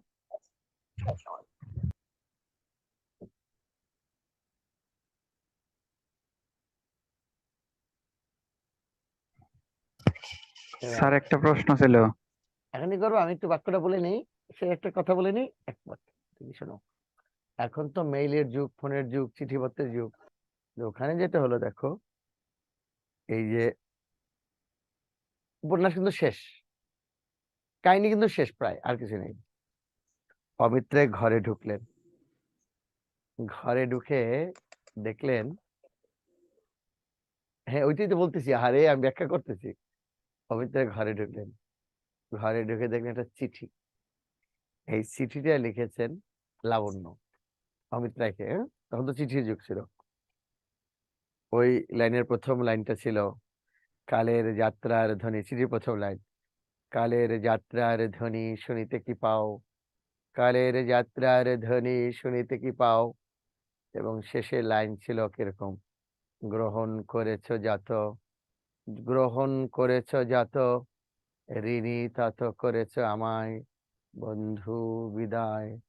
গ্রহণ করেছ যত, ঋণী তত করেছ আমায়, বন্ধু বিদায়। উৎস শেষ, আর কিছু নেই, উপন্যাস এখানে কাহিনী শেষ। ক্লিয়ার? এখন দ্রুত কিছু কাজ করতে হবে না বলো আমাদের? রবীন্দ্রনাথের থেকে তো আরো অনেক তথ্য আছে, এখানে তো শেষ না। দেখো, ওনার যদি নাটক আসে, দুইটা বিখ্যাত নাটক, এটাকে সাংকেতিক নাটক বলা হয়, নাটক তবে সাংকেতিক। আগে প্রবন্ধ দেখো, প্রবন্ধ, এই যে প্রবন্ধ যদি আসে কয়েকটা দেখো, এটা কালান্তর, কালান্তর তার বিখ্যাত প্রবন্ধ কালান্তর। হ্যাঁ, সভ্যতার সংকট, সভ্যতার সংকট, এটা রবীন্দ্রনাথ ঠাকুরের বিখ্যাত প্রবন্ধ কালান্তর। আরো আছে অজস্র, কিন্তু এই দুইটা তার বিখ্যাত, যদি আসে পরীক্ষায় এর মধ্যে বারবার। ঠিক আছে, আর দুটা সাংকেতিক নাটক, আমরা কাব্য নাটক যাবো। রবীন্দ্রনাথের কিন্তু গীতি নাটক, নাটক কি, নাটকের চরিত্র থাকবে, কাহিনী থাকবে, সংলাপ থাকবে। নাটকে 5টা অঙ্ক থাকে, ভাগ থাকে, বিভাজন থাকে। কমলে নাটিকার একটা অঙ্ক থাকলে একাঙ্কিকা।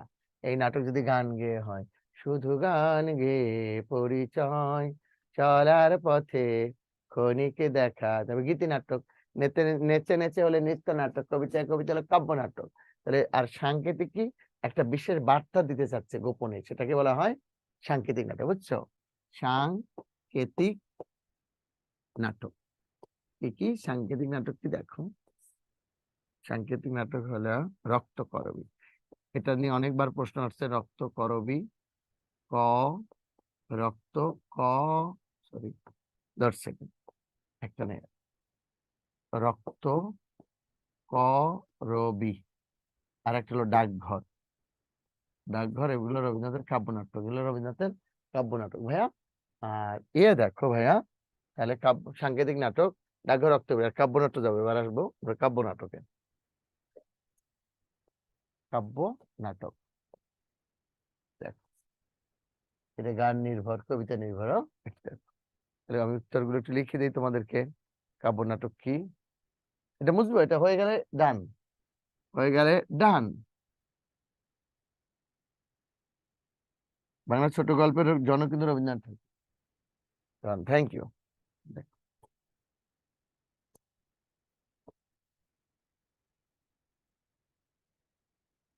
চিত্রাঙ্গদা শ্যামাকে সঙ্গে নিয়ে,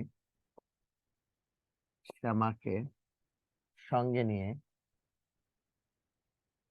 শ্যামাকে সঙ্গে নিয়ে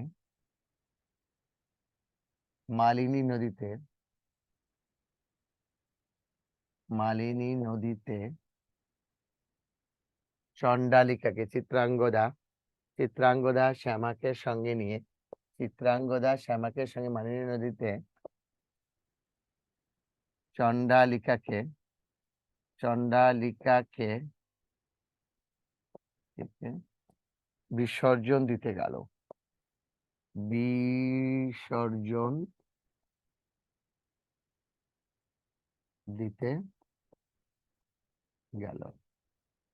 তাহলে আন্ডারলাইন কে কে দেখো, চিত্রাঙ্গদা, শ্যামা, মালিনী, চণ্ডালিকা, বিসর্জন।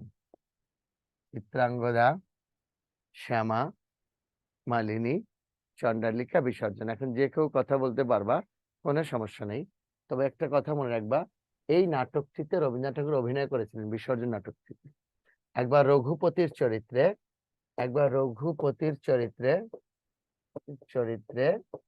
আর একবার কার চরিত্রে জানো? রাজা জয়সিংহের। রাজা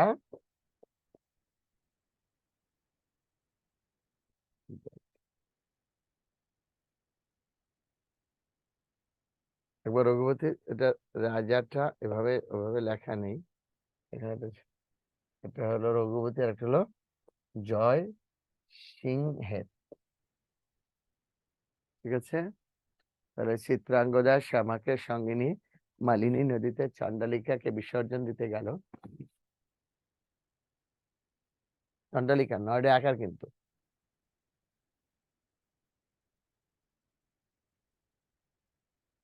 ওকে ভাইয়া।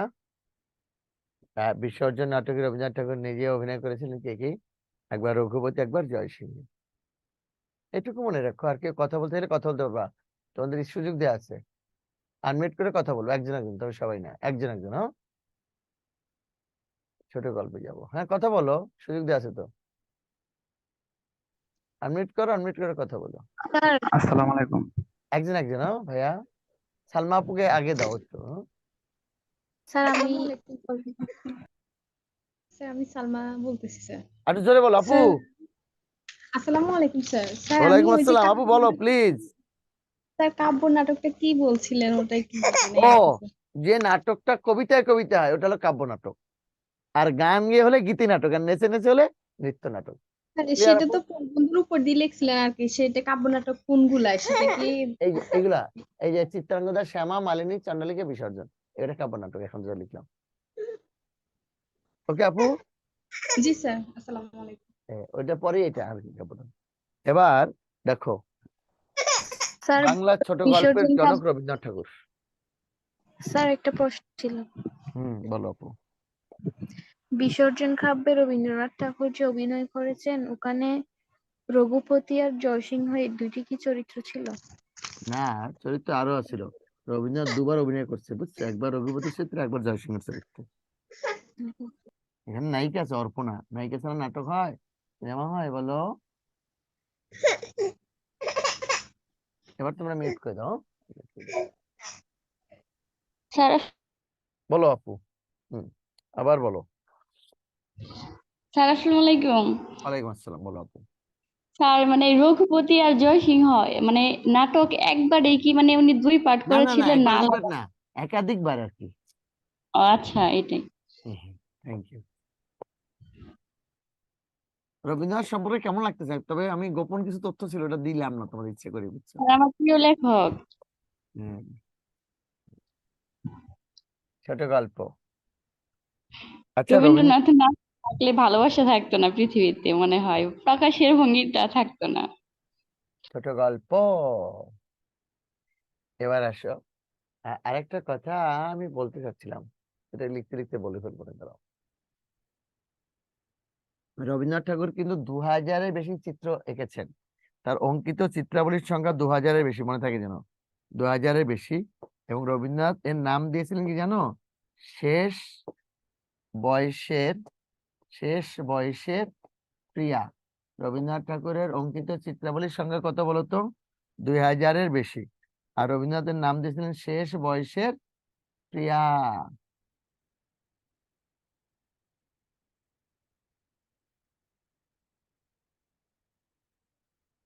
এবার দেখো ছোট গল্প। দেখো, আমি এটা মুছে নি, তুমি শিরোনাম লেখো লেখো। বাংলা, দ্রুত করবো কিন্তু। ছোট গল্পের জনক, কয়েকটা গুরুত্বপূর্ণ ইনফরমেশন। জনক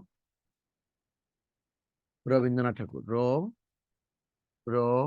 সরি, রবীন্দ্রনাথ ঠাকুর। আচ্ছা, তোমাদের কি কষ্ট হচ্ছে লিখতে ভাইয়া? আমি লেখাচ্ছি বেশি, তোমাদের কি কষ্ট হচ্ছে? প্লিজ একটু বলো। রবীন্দ্রনাথ ঠাকুর। কারণ হয় কি, হ্যাঁ স্যার, কষ্ট হচ্ছে না। লিখলে সুবিধাটা কি জানো, এই তথ্যগুলো মনে থাকবে। যে আলোচনা করে লিখতেছি, দেখো 10 বার পর একবার লেখা হয়ে যাচ্ছে। মানে ছোট গল্পের জনককে আসলে পারবা।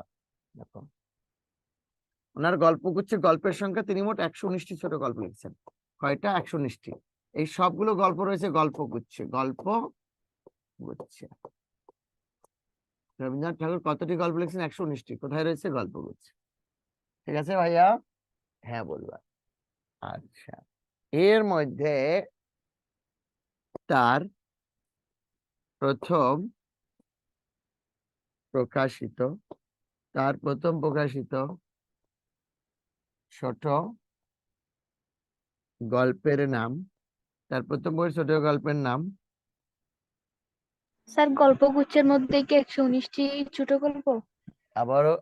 আবারও রিপিট দেই, যে রবীন্দ্রনাথ ঠাকুর 119টি ছোট গল্প লিখেছিলেন, সবগুলো গল্পে গল্পগুচ্ছে আছে। ঠিক আছে, তার মানে ক্লিয়ার এবার? জি স্যার। তাহলে গল্পগুচ্ছে কতটি গল্প আছে? 119টি। বাংলা ছোট গল্পের জনক কে? রবীন্দ্রনাথ রবীন্দ্রনাথ ঠাকুর। ঠাকুর।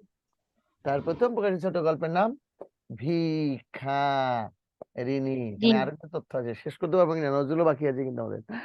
25 অলরেডি 4টে, আল্লাহ মাফ করেন। ভিখারিণী, রবীন্দ্রনাথ তার প্রথম ছোট গল্পের নাম ভিখারিণী। দেনা পাওনা। তবে আবার শোনো, দেনা পাওনা উপন্যাসের রচয়িতা কিন্তু শরৎচন্দ্র। দেনা পাওনা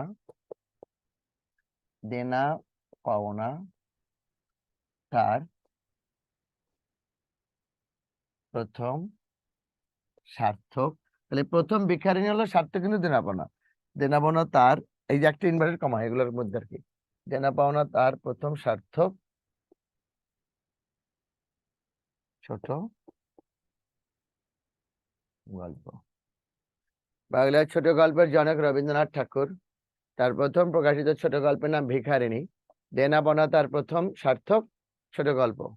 তাহলে দেনা পাওনা কার সার্থক ছোট গল্প বলো তো? রবীন্দ্রনাথ ঠাকুরের সার্থক ছোট গল্প। ওকে ওকে ভাইয়া? হ্যাঁ বলো। হ্যাঁ হ্যাঁ হ্যাঁ হ্যাঁ হ্যাঁ হ্যাঁ। জি স্যার। ওকে, এবার দেখো, তাহলে রবীন্দ্রনাথ ঠাকুরের প্রথম সার্থক ছোট গল্প কোনটা? দেনা। দেনা পাওনা। এবার আসো, কঙ্কাল। নিশীথে ক্ষুধিত পাষাণ। বানানটা দেখে নিও কিন্তু। কঙ্কাল নিশীথে ক্ষুধিত পাষাণ, পাষাণ মানে পাথর, ক্ষুধার্ত পাথর, কঙ্কাল ক্ষুধিত পাষাণ। তারপর হলো নিশীথে ক্ষুধিত পাষাণ, মণিহারা ইত্যাদি রবীন্দ্রনাথ ঠাকুর রচিত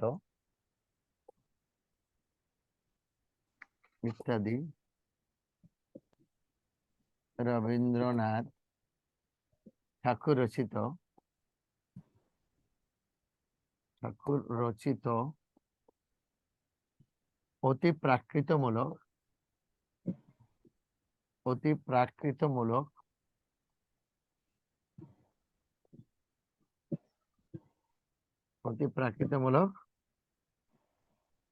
ছোট গল্প।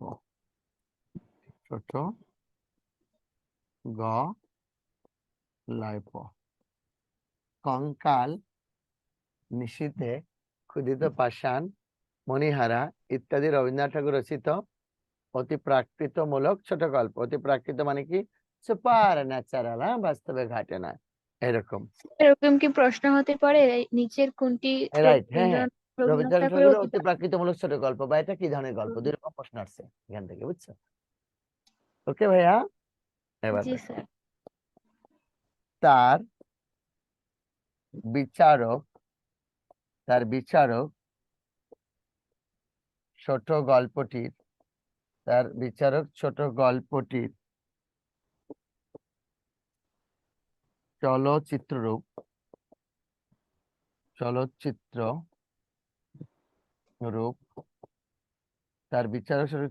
রূপ অশ্লীলতার অভিযোগে সমালোচিত হয়। অশ্লীলতার অভিযোগে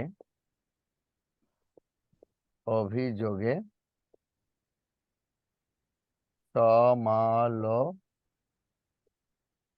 হয়। তার বিচারক ছোট গল্পটি চলচ্চিত্র রূপ অশ্লীলতার অভিযোগে সমালোচিত হয়। তাহলে কঙ্কাল, নিশীথে, ক্ষুদিত পাষাণ, মণিহারা ইত্যাদি রবীন্দ্রনাথ ঠাকুর রচিত অতি প্রাকৃতিকমূলক ছোট গল্প, আর তার বিচারক ছোট গল্পটি চলচ্চিত্র রূপ অশ্লীলতার অভিযোগে সমালোচিত হয়। ক্লিয়ার ভাইয়া? জি স্যার। Thank you. স্যার শেষের লাইনটা একবার বলেন তো, একটু বুঝতে পারছি না। তার বিচারক ছোট গল্পটির আর দাঁড়াও, এটা নিষিদ্ধ হয়। নিষিদ্ধ হয়। তার বিচারক ছোট চলচ্চিত্র গল্পটি চলচ্চিত্র রূপ অশ্লীলতার অভিযোগে নিষিদ্ধ হয়। অশ্লীলতার অভিযোগে নিষিদ্ধ হয়। আর সমালোচিত হয় ল্যাবরেটরি। সমালোচিত হয় ল্যাবরেটরি। এটা কি রবীন্দ্রনাথ আরেকটি ঠাকুর, ছোট গল্প? আবারও লাইনটা আমি বলি, শোনো। স্যার রবীন্দ্রনাথ ল্যাবরেটরি ঠাকুরের বিচারক ছোট গল্পটির চলচ্চিত্র রূপ অশ্লীলতার অভিযোগে নিষিদ্ধ হয় এবং তার ল্যাবরেটরি ছোট গল্পটি অশ্লীলতার অভিযোগে সমালোচিত হয়। ওকে আমারও আমি বলি, খুব মনোযোগ দিয়ে শোনো।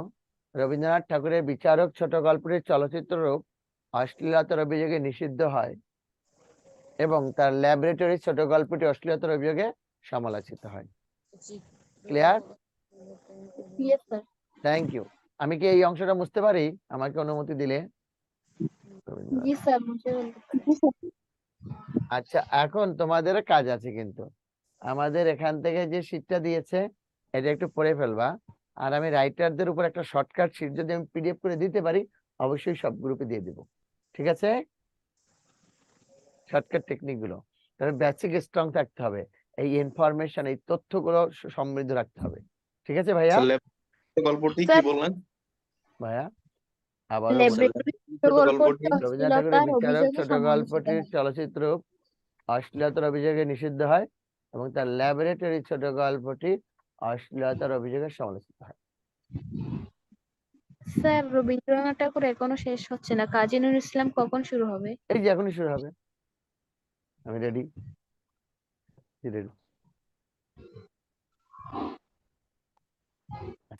আসসালামু আলাইকুম স্যার।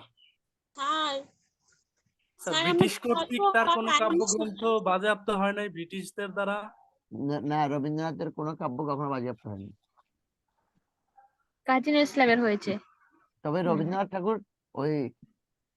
ঠাকুরকে নাইট উপাধি দেওয়া হয়েছিল, নাইট, বুঝছো? নাইট।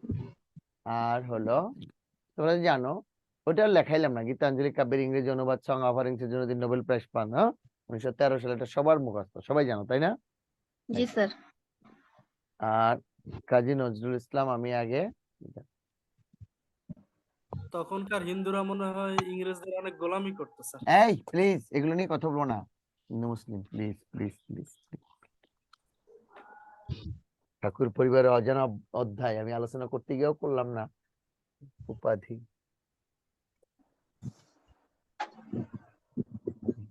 তুমি জানো এটা নিয়ে কি ঘটছে? আমি যখন যাদবপুর ইউনিভার্সিটিতে এমফিল করতেছি, পাঞ্জাবের জালিয়ানবাগে একটা ইংরেজরা হত্যাকাণ্ড চালাইছিল 1919 সালে। এই হত্যাকাণ্ডের প্রতিবাদে রবীন্দ্রনাথ ঠাকুর তার নাইট, তাকে ইংরেজরা নাইট উপাধি দিয়েছিলেন। এটা তিনি করছিলেন। আমি যখন এটা নিয়ে স্যার রবীন্দ্রনাথ থেকে একটু লেখা ছিল, লেখাটার নাম কি যেন ভুলে গেছিলাম, আমাদের ফার্স্ট ইয়ারে ছিল ইংলিশ ডিপার্টমেন্টে। আচ্ছা শোনো, ওই পরে রবীন্দ্রনাথ ঠাকুরের এটা নিয়ে আমি একটা আর্টিকেল লিখেছিলাম। স্যার ছিল, একটা লেটার ছিল, বুঝছো? এটা হলো ঠাকুর পরিবারের অজানা অধ্যায়। আমি একটা আর্টিকেল লিখেছিলাম। তো দুর্ভাগ্যক্রমে আমি পড়তেছি ভারতে, ভারত সরকারের স্কলারশিপ নিয়ে তাদের টাকা পয়সায় লিখেছি রবীন্দ্রনাথের বিরুদ্ধে। তুমি বুঝতে পারছো কি হয়েছে? লেখাটা তাদের দৃষ্টিতে নজরে করেছে। এটা নিয়ে ভারত এম্বাসি, বাংলাদেশ এম্বাসি, ভারতের যে যাদবপুর ইউনিভার্সিটি একদম তোলপাড় হয়ে গেছে, রবীন্দ্র বিশ্বভারতী, সব জায়গায়। এবং আমাকে ভারত থেকে ওইবারে বের করেই দিবে, বুঝছো? এমফিলের পুরো 2টা বছর এখানে ঘটনা নিয়ে অনেক তোলপাড় গেছে। তো আমাকে ভারত সরকারকে মুচলেখা দিতে হয়েছে যে এইরকম বিষয়ে আমি আর কখনো আর্টিকেল লিখবো না। অনেক ঝামেলা গেছে তখন। 2001 এবং 2 সালের ঘটনা, ওই 2 বছর আমি ওখানে কাটিয়েছি। উপাধি, ওই জন্য ঠাকুর পরিবারের অজানা অধ্যায় আমি বলতে গিয়ে আবার চুপ হয়ে গেছি। তোমাদের যেটা লাগবে পরীক্ষার জন্য, আলহামদুলিল্লাহ। এটা এবার আসো। উপাধি হলো বিদ্রোহী কবি। বিদ্রোহী কবি ছদ্মনাম। নজরুলের কিন্তু এরকম ছদ্মনাম নাই, তবে এই যে নুরু, নুরু, নুরুল, নুরু মিয়া এই নামে তাকে ডাকা হতো, বুঝছো, নুরু মিয়া। আচ্ছা, আরেকটা গুরুত্বপূর্ণ ইনফরমেশন হলো সজনী, এই কথাটা মনে রেখো, ভাগ্য ভালো একবার আলোচনা করছি পরীক্ষার পরে, এটা কিন্তু কমন পড়ছিল পরের দিন লাইভ আলোচনা করছি। সজনী কান্ত দাস, রজনীকান্ত দাস সম্পাদিত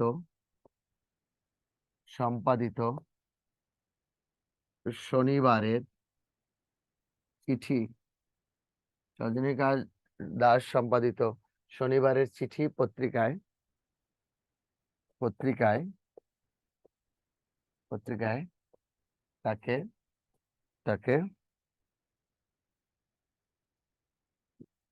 তাকে গাজী আব্বাস বিটকেল নামে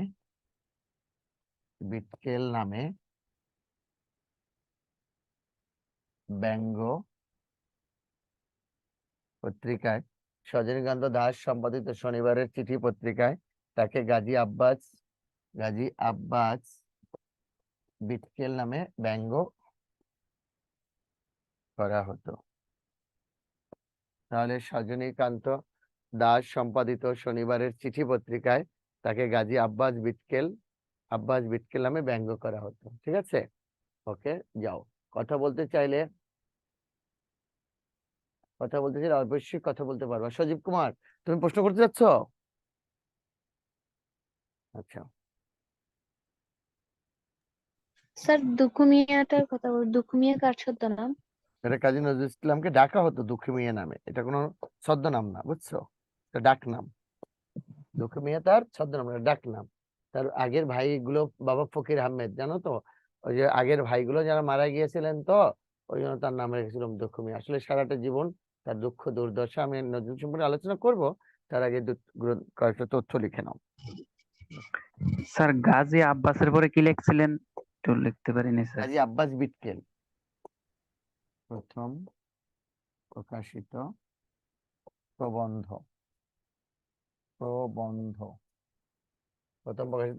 কি জানো?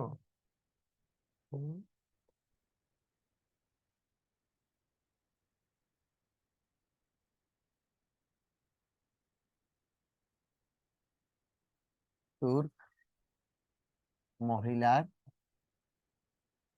ঘোমটা খোলা। ঠিক আছে, প্রথম প্রকাশিত প্রবন্ধ। আর প্রথম প্রকাশিত লেখা ছিল বাউন্ডেলের আত্মকাহিনী। প্রথম প্রকাশিত লেখা ছিল কি? প্রথম প্রকাশিত প্রবন্ধ ছিল তুর্ক মহিলার, আর প্রথম প্রকাশিত লেখাটা ছিল এটা হলো বাউন্ডেলের আত্মকাহিনী।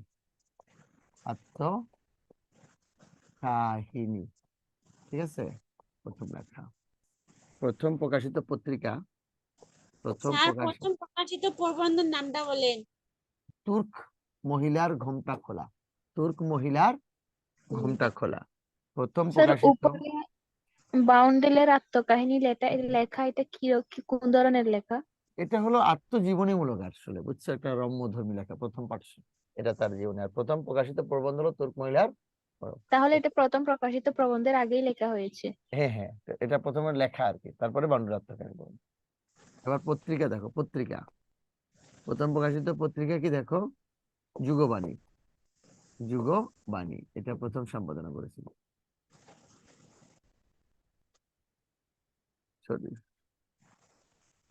যুগবাণী। আচ্ছা, এবার দেখো প্রথম প্রকাশিত কাব্য অগ্নিবীণা। প্রথম প্রকাশিত উপন্যাস বাঁধনহারা। আচ্ছা, কিছু শর্টকাট টেকনিক দিয়ে দেবো, উপন্যাস, নাটক। জি স্যার, আগে বিস্তারিত লেখেন, তারপর একটু প্রথম প্রকাশিত নাটক নাটক। ঝিলি মিলি। জেলখানায় বসে লেখা। জেলখানায় খানায় বসে লেখা। লেখা লেখা প্রবন্ধ। দেখো, প্রবন্ধ হলো রাজবন্দির জবানবন্দি। রাজবন্দির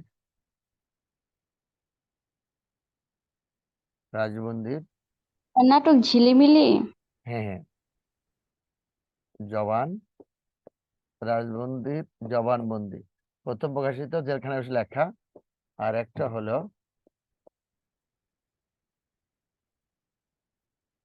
আরো কথা আছে, রাজবন্দির জবানবন্দি। স্যার এই পাশে যেগুলো নাটকটা কি রাখলেন? স্যার এই পাশে যেগুলো লেখা হলে একটু বললেই হবে। স্যার আচ্ছা একটু একটু স্যার একটু সরে যান, এই সাইডেরটা দেখতে পাচ্ছি না। আচ্ছা, আমি শোনো, ঝিলিক কি ঝিলিমিলি ঝিলিমিলি ঝিলিমিলি ঝিলিমিলি স্যার এবার clear? জেলখানায় বসে কোনটা লিখেছেন?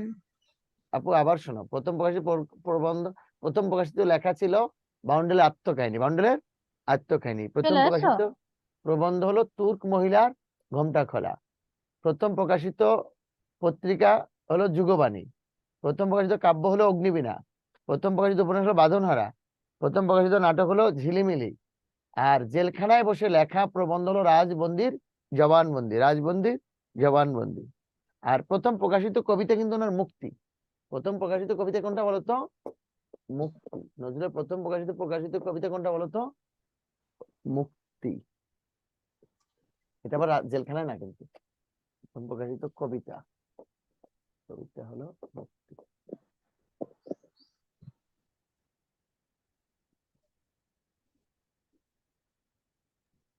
স্যার হ্যালো স্যার, রাজবন্দি জবানবন্দি এটা কি জেলে বসে লেখা? হ্যাঁ হ্যাঁ, জেলখানায়।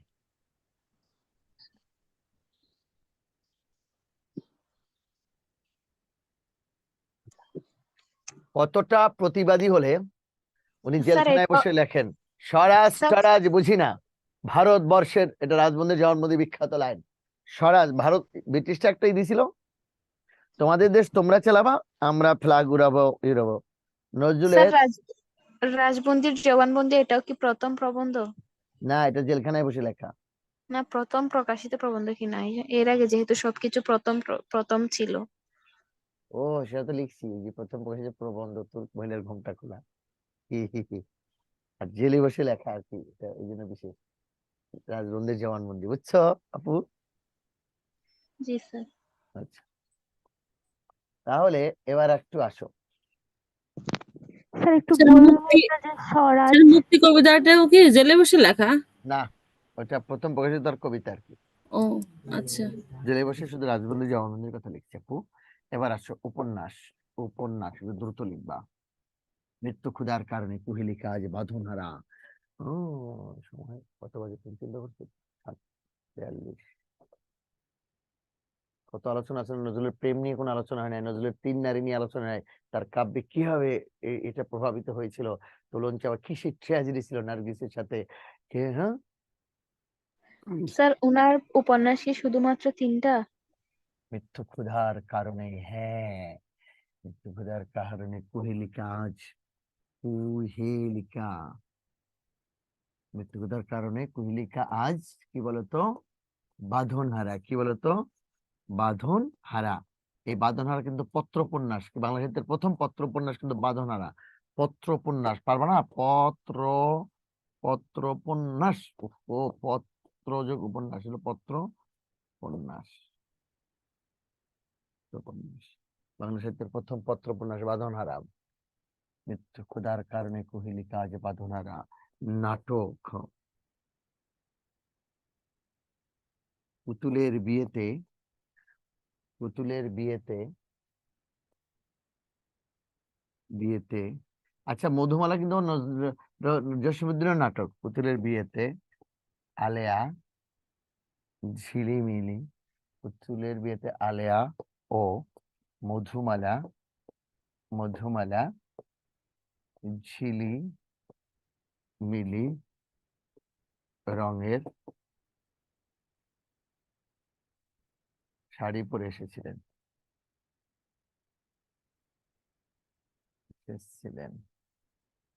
পুতুলের বিয়েতে আলেয়া ঝিলিমিলি রঙের শাড়ি পরে এসেছিলেন। পুতুলের বিয়েতে আলেয়া ও মধুমালা ঝিলিমিলি রঙের শাড়ি পরে এসেছিলেন। পুতুলের বিয়েতে এর আগে তো ঝিলিমিলি একটা প্রবন্ধ, আচ্ছা প্রবন্ধ নাটক ছিল, সরি। ওই যে তোরে প্রথম প্রকাশিত নাটকের নাম ঝিলিমিলি, তাই লিখছিলাম। আর প্রথম প্রকাশিত উপন্যাসের নাম লিখছিলাম বাঁধনহারা। সত্যি সত্যি ক, তাই না? হ্যাঁ বল। হ্যাঁ হ্যাঁ হ্যাঁ হ্যাঁ হ্যাঁ। ওকে ভাইয়া, আপু দুইটা বিখ্যাত গল্পের নাম মনে রাখো। তারা এখানে কি ঝিলিমিলি রঙের শাড়ি পরে কি এসেছিলেন লিখছেন? এসেছিলেন এসেছিলেন এসেছিলেন গল্প গ্রন্থ কি কি দেখো। স্যার এর আগে যে কি লিখছেন যেন এখানে পত্র কবিতা নাকি? পত্রোপন্যাস বলছি, বাঁধনহারা তার পত্রোপন্যাস। বাঁধনহারা নজরুলের যে তার পত্রোপন্যাস, বাংলাদেশের প্রথম পত্রোপন্যাস হলো বাঁধনহারা। ওকে ভাইয়া, রিক্তের বেদন ব্যথার দান শিউলিমালা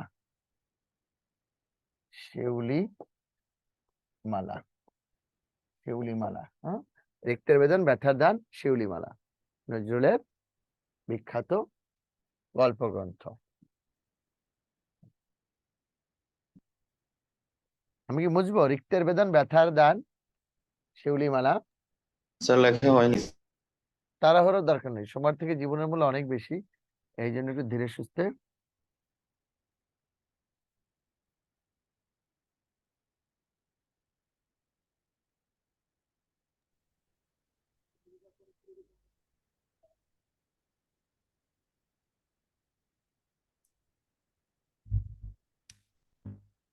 স্যার কোহেলিকার পরে কি লিখেছিলেন একটু বলেন? মৃত্যু ক্ষুধার কারণে কুহেলিকা আজ বাঁধনহারা। তুমি কি এতক্ষণে লিখতে পারো না এটা? স্যার লেখা শেষ, ওটা একটা শব্দ বাকি আছে। কোহেলিকার পরে কি লিখছেন ওটা? আজ। মৃত্যু ক্ষুধার কারণে কুহেলিকা আজ বাঁধনহারা। ঠিক আছে। বাঁধনহারা বলেছি পত্রোপন্যাস, এটা কিন্তু বাংলা সাহিত্যের প্রথম পত্রোপন্যাস বাঁধনহারা।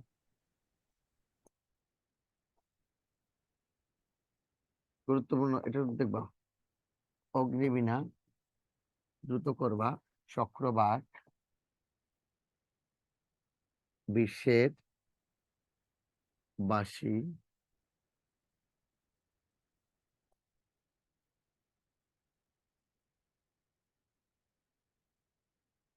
দোলন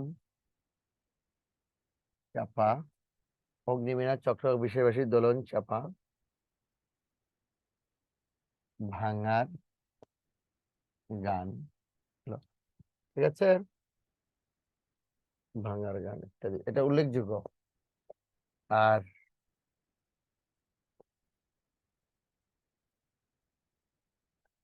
লেখা শেষ হলে বলো। লিখেছি স্যার। স্যার স্যার এক দাঁড়ি আর দুই দাঁড়ির নাম যেন কি? এক দাঁড়িয়েও দাঁড়ি, দুই দাঁড়িয়েও দাঁড়ি, নাম যেন কি? এটা হলো একক আর দ্বৈত, আর কিছুই না। এটা আগে ব্যবহার করা হয়তো দুইটা, এখন একটা ব্যবহার করা।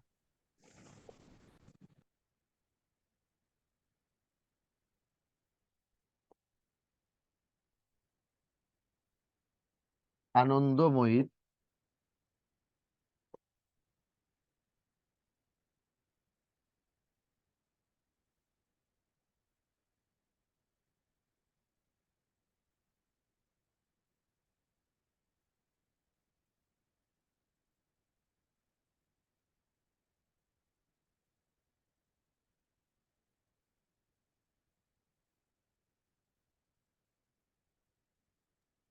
স্যার তিনি আনন্দময়ী, তারপর আনন্দময়ী আগমনে কবিতার জন্য, কবিতার হবে কবিতার, এটা আবার লিখে দিব। আনন্দময়ী আগমনে কবিতার জন্য কারাবরণ করেন, কবিতার জন্য কারাবরণ করেন, আনন্দময়ীর। একটু হাত চালিয়ে লিখবা, আমরা একটু কাজ শুরু করব। হয়েছে স্যার? ওকে, শোনো তাহলে আমি একটু গুরুত্বপূর্ণ কয়েকটা কথা বলি, শোনো। নজরুলের প্রথম কাব্য কিন্তু অগ্নিবীণা। খেয়াল করো এখান থেকে কি প্রশ্ন আসে, যদি চাও লিখে নিও ভাগে ভাগে তথ্যগুলো। এখান থেকে প্রশ্ন আছে অগ্নিবীণা কাব্যের প্রথম কবিতা কোনটি। এখান থেকে প্রশ্ন, অগ্নিবীণা কাব্যের প্রথম, এটা কিন্তু প্রথম 1922 সালে প্রকাশ করা হয়। অগ্নিবীণা কাব্য 1922 সালে প্রকাশ করা হয়। সব আগুন জ্বালা কবিতা কিন্তু। প্রথমেই প্রলয় উল্লাস, প্রথমেই প্রলয় উল্লাস, প্রলয় উল্লাস। তোরা সব জয়ধ্বনি কর, তোরা সব জয়ধ্বনি কর, ওই নতুনের কেতন ওড়ে কাল বৈশাখী ঝড়। প্রথম সব ভেঙে চুরমার করে নতুন করে দেখো বিদ্রোহটা কোথায় কি হয়েছিল। এই অগ্নিবীণা কাব্যের দ্বিতীয় কবিতা হলো অগ্নিবীণা। অগ্নিবীণা কাব্যের দ্বিতীয় কবিতা হলো বিদ্রোহী। এই বিদ্রোহী কবিতাটা এর আগে সাপ্তাহিক বিজলি পত্রিকায় প্রকাশিত হয়েছিল। বলো বীর বলো উন্নততম শির। এবং এই কবিতা আর একটি মহরম, খেয়াপাড়ের তরণী, ঢাকার নবাব পরিবারের। খেয়াল রেখে, এগুলো কিন্তু প্রশ্ন আসছে, যে কোনো জায়গা থেকে প্রশ্ন আসে। ঢাকার স্যার নবাব। অগ্নিবীণার দ্বিতীয় কবিতা কোনটি? হ্যাঁ, অগ্নিবীণার দ্বিতীয় কবিতা কোনটি? বিদ্রোহী। বিদ্রোহী বিদ্রোহী বলো বীর বলো উন্নতম শির। ছিল। বিদ্রোহী। এবারে দেখো তার আরেকটি বিখ্যাত কবিতা হলো এই যে ঢাকার নবাব পরিবারের একটা মেয়ে একটা চিত্র এঁকেছিলেন পত্রিকায়, ওইটা কবিতা দেখে তিনি লিখলেন খেয়াপাড়ের তরণী, যাত্রীরা রাত্রিতে হতে হলো খেয়াপাড়। দেখো এটা 1922 সালে নজরুল 1922 সালে যে অগ্নিবীণা লিখলেন, 1922 সালে নজরুল লিখলেন অগ্নিবীণা। সবুজ দেখা যাবে না হয়তো, এর কালারটা দেখা যাবে না। সেই নজরুল 1929 সালে যে তার কাব্যটা প্রকাশিত হয়, এটা হলো চক্রবাক, সব প্রেমের কবিতা। নজরুলের স্ত্রীর নাম ছিল কি জানো? আশালতা সেনগুপ্ত। আশালতা সেনগুপ্ত। নজরুল বিয়ের পরে তার নাম পাল্টে দেন দোলন, দুলি দোলা, তার নাম। এটা কিন্তু প্রেমের কাব্য।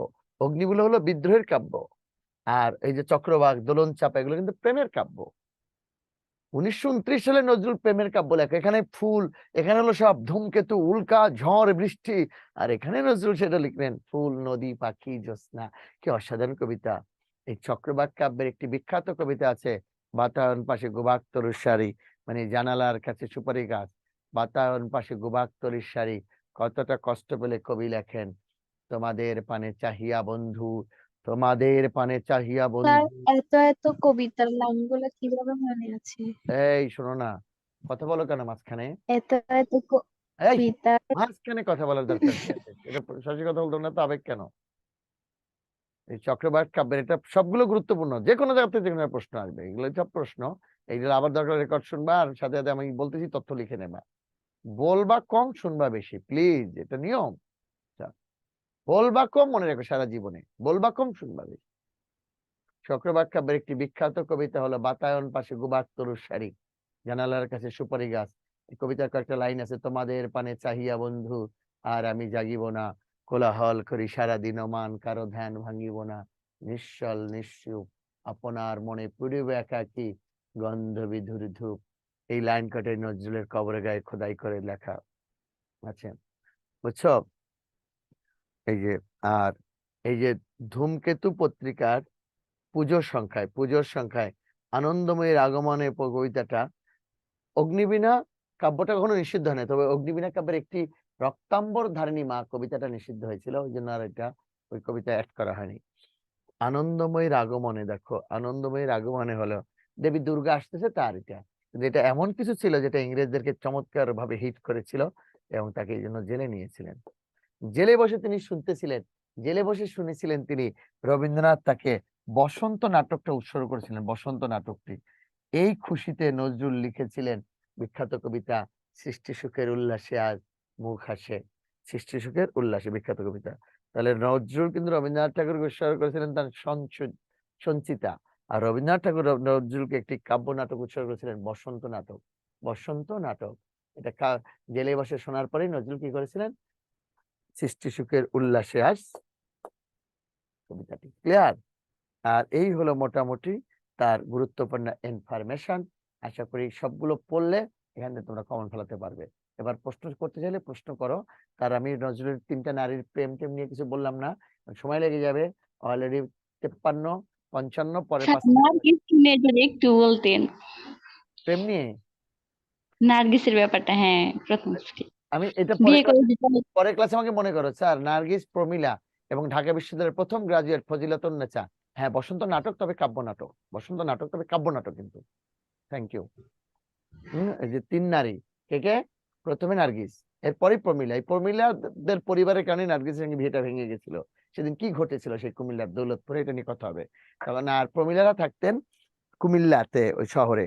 তাদেরকে বিয়েতে দাওয়াত করে ওই নিয়ে যাওয়া হয়েছিল। তখন তো প্রত্যন্ত এলাকার যোগাযোগ ব্যবস্থা বিচ্ছিন্ন এবং অনেক কাহিনী একটু দীর্ঘ। তো 3 নারী, আর একজন হলেন ঢাকা বিশ্ববিদ্যালয়ের সর্বশেষ ফজিলাতুন্নেসা। তার প্রেমে পড়েই তো 1928 সালে নজরুল ঢাকায় আসছিলেন, তখন এই চক্রবাক কাব্যটি লিখেছিলেন। কিভাবে কত কষ্ট বলে কয়টা ওই লাইন কাটে কবির কবরের গায়ে খোদাই করে, তুমি বুঝছো না? মনে রেখো লাইন কাটা, এটা আমি শেষ উচ্চারণ করব। কবির কবরের গায়ে কাটাই। আমি যখন জিজ্ঞেস করি নজরুলের কবরের গায়ে কোন লাইনগুলো খোদাই করা, বলে মসজিদেরই পাশে আমার। এটা একেবারেই ভুল। লাইন কাটা কি ছিল দেখো, চক্রবাক কাব্যের কবিতা, কবিতার নাম হলো বাতায়ন পাশে কুবাক্তর সারি। অর্থাৎ ফজিলাতুন্নেসার প্রেমে যখন তিনি ব্যর্থ হলেন তখন এটা লিখেছিলেন। আর আরেকটা কথা মনে রেখো, 1929 সালে পাইনিয়র ফিল্ম কোম্পানির সাথে যুক্ত হওয়ার মধ্য দিয়ে কাজী নজরুল ইসলাম চলচ্চিত্র জগতে প্রবেশ করেন। কিন্তু আবারও বলি, তো লিখতে হবে না এখন। তার অভিনীত প্রথম চলচ্চিত্রের নাম ধ্রুব। এটিতে তিনি নারদের ভূমিকা অভিনয় করেন। নারদ হলো নারায়ণ দেবর্ষি, এটা পৌরাণিক চরিত্র। তাহলে 1929 সালে পাইনিয়র ফিল্ম কোম্পানির সাথে যুক্ত হওয়ার মধ্যে দিয়ে। আবার সম্প্রতি কিন্তু নজরুলকে নিয়ে, না স্যার আমি সেই দিন হবো শান্ত, ফাজলামি করো না বেটা। মাকসুদুল হাসান, আজকে গিয়ে দেখবি আমি সেই দিন হবো শান্ত মহাবিদ্যালয়। এটা কে কইছে তোরে? একদম কবরের গায়ে গিয়ে দেখবি, খোদাই করা লেখা আছে একদম সুন্দর করে। তোমাদের পানে চাহিয়া বন্ধু আর আমি জাগিব না কোলাহল করে। আজকে গিয়ে দেখবি, তারপর কাল পরের ক্লাসে বলবি। যদি আমি উল্টা পাল্টা বলি তো তাহলে আমি তোরে খাবো বিরিয়ানি, ঠিক আছে? আজকে গিয়ে দেখবি। তো এখানে গেছে, আমি 20 বছর ধরে এখানে কাটাইছি। কত আজকে গিয়ে দেখবি মাকসুদুল হাসান, যদি তুই ঢাকায় থাকিস বেটা। দেখো, তোমাদের পানে চাহিয়া বন্ধু আর আমি জাগিব না কোলাহল করি সারাদিন অমান কারো ধ্যান ভাঙিব না নিশ্চল নিঃসুপ আপনার মনে পড়িবে একাকী বন্ধ বিদুর ধূপ। ধূপ যেভাবে পোড়ায় পোড়ায় নিঃশেষ হয়ে যায়, তেমনি নিঃশেষ হয়ে যাব, কারো বিরক্তি কারণ হবে না। একদম কবরের গায়ে গিয়া। স্যার ধ্রুব এটা কি? আবারও শোনো, 1929 সালে পাইনিয়ার ফিল্ম কোম্পানির সাথে যুক্ত হওয়ার মধ্যে দিয়ে কাজী নজরুল ইসলাম চলচ্চিত্র জগতে প্রবেশ করেন। তার অভিনীত প্রথম চলচ্চিত্রের নাম ধ্রুব। তিনি এটিতে নারদের ভূমিকা অভিনয় করেন। আজকে যা যা আলোচনা করছি সব নোট করবা, পড়বা। আর মাকসুদুল যেটা বলছে এটা ভুল বলেছে মাকসুদুল, আজকে গিয়ে দেখবা যদি দরকার হয়, ঠিক আছে? তুমি যেখানে যাওয়ার না যাও এটা। তাহলে আজকে বরং এই পর্যন্ত থাক। সবাইকে অনেক অনেক ধন্যবাদ। তুমি বলাতে ভালো হয়েছে, এটা ভুলটা তোমার সেরে গেল। নারদ বলছে এটা পৌরাণিক চরিত্র, এটা হলো নারায়ণ। নারদের একটা পৌরাণিক চরিত্র, ঠিক আছে? দেবর্ষি নারদ নারায়ণ। ওকে, পাইনিয়ার কোম্পানিতে যোগ দিয়ে যে নাটক যেটা বলেছিলাম, মানে আবার নাটকের লিখতে হবে না, চরিত্র। আমি আবারও বলি লাস্ট লাইনটা, এটা পরে ধীরে সুস্থে লিখবে, আমি এখনই বের হয়ে যাবো। কারণ ভাইয়া সময়টা কম। তো 1929 সালে পাইনিয়ার ফিল্ম কোম্পানির সাথে যুক্ত হওয়ার মধ্যে দিয়ে কাজী নজরুল ইসলাম চলচ্চিত্র জগতে প্রবেশ করেন। তার অভিনীত প্রথম চলচ্চিত্রের নাম ধ্রুব। তিনি এটিতে নারদের ভূমিকায় অভিনয় করেন। ওকে, এটা মনে থাকে যেন। এছাড়াও তিনি সাপুড়ে বিদ্যাপতি চলচ্চিত্রে গান রচনা করেন এবং তার বিখ্যাত গান অমন রমজানের রোজার শেষে এলো খুশির ঈদ, এটা তিনি শ্যামার সঙ্গীত রচনা করেছেন দেবী কালীকে নিয়ে নজরুল। এগুলো একটু মনে রাখলেই হবে। আর সম্প্রতি কানাডা নজরুলকে নিয়ে চলচ্চিত্র নির্মাণ করেন। ক্লাসটা শেষ হওয়ার সাথে সাথে না উঠে এই তথ্যগুলো এখান থেকে এখন লিখে ফেলবো। ওকে, নামাজ পড়বো তো, আবার পরে ক্লাস রেডি হচ্ছে। আল্লাহ হাফেজ ভাইয়া।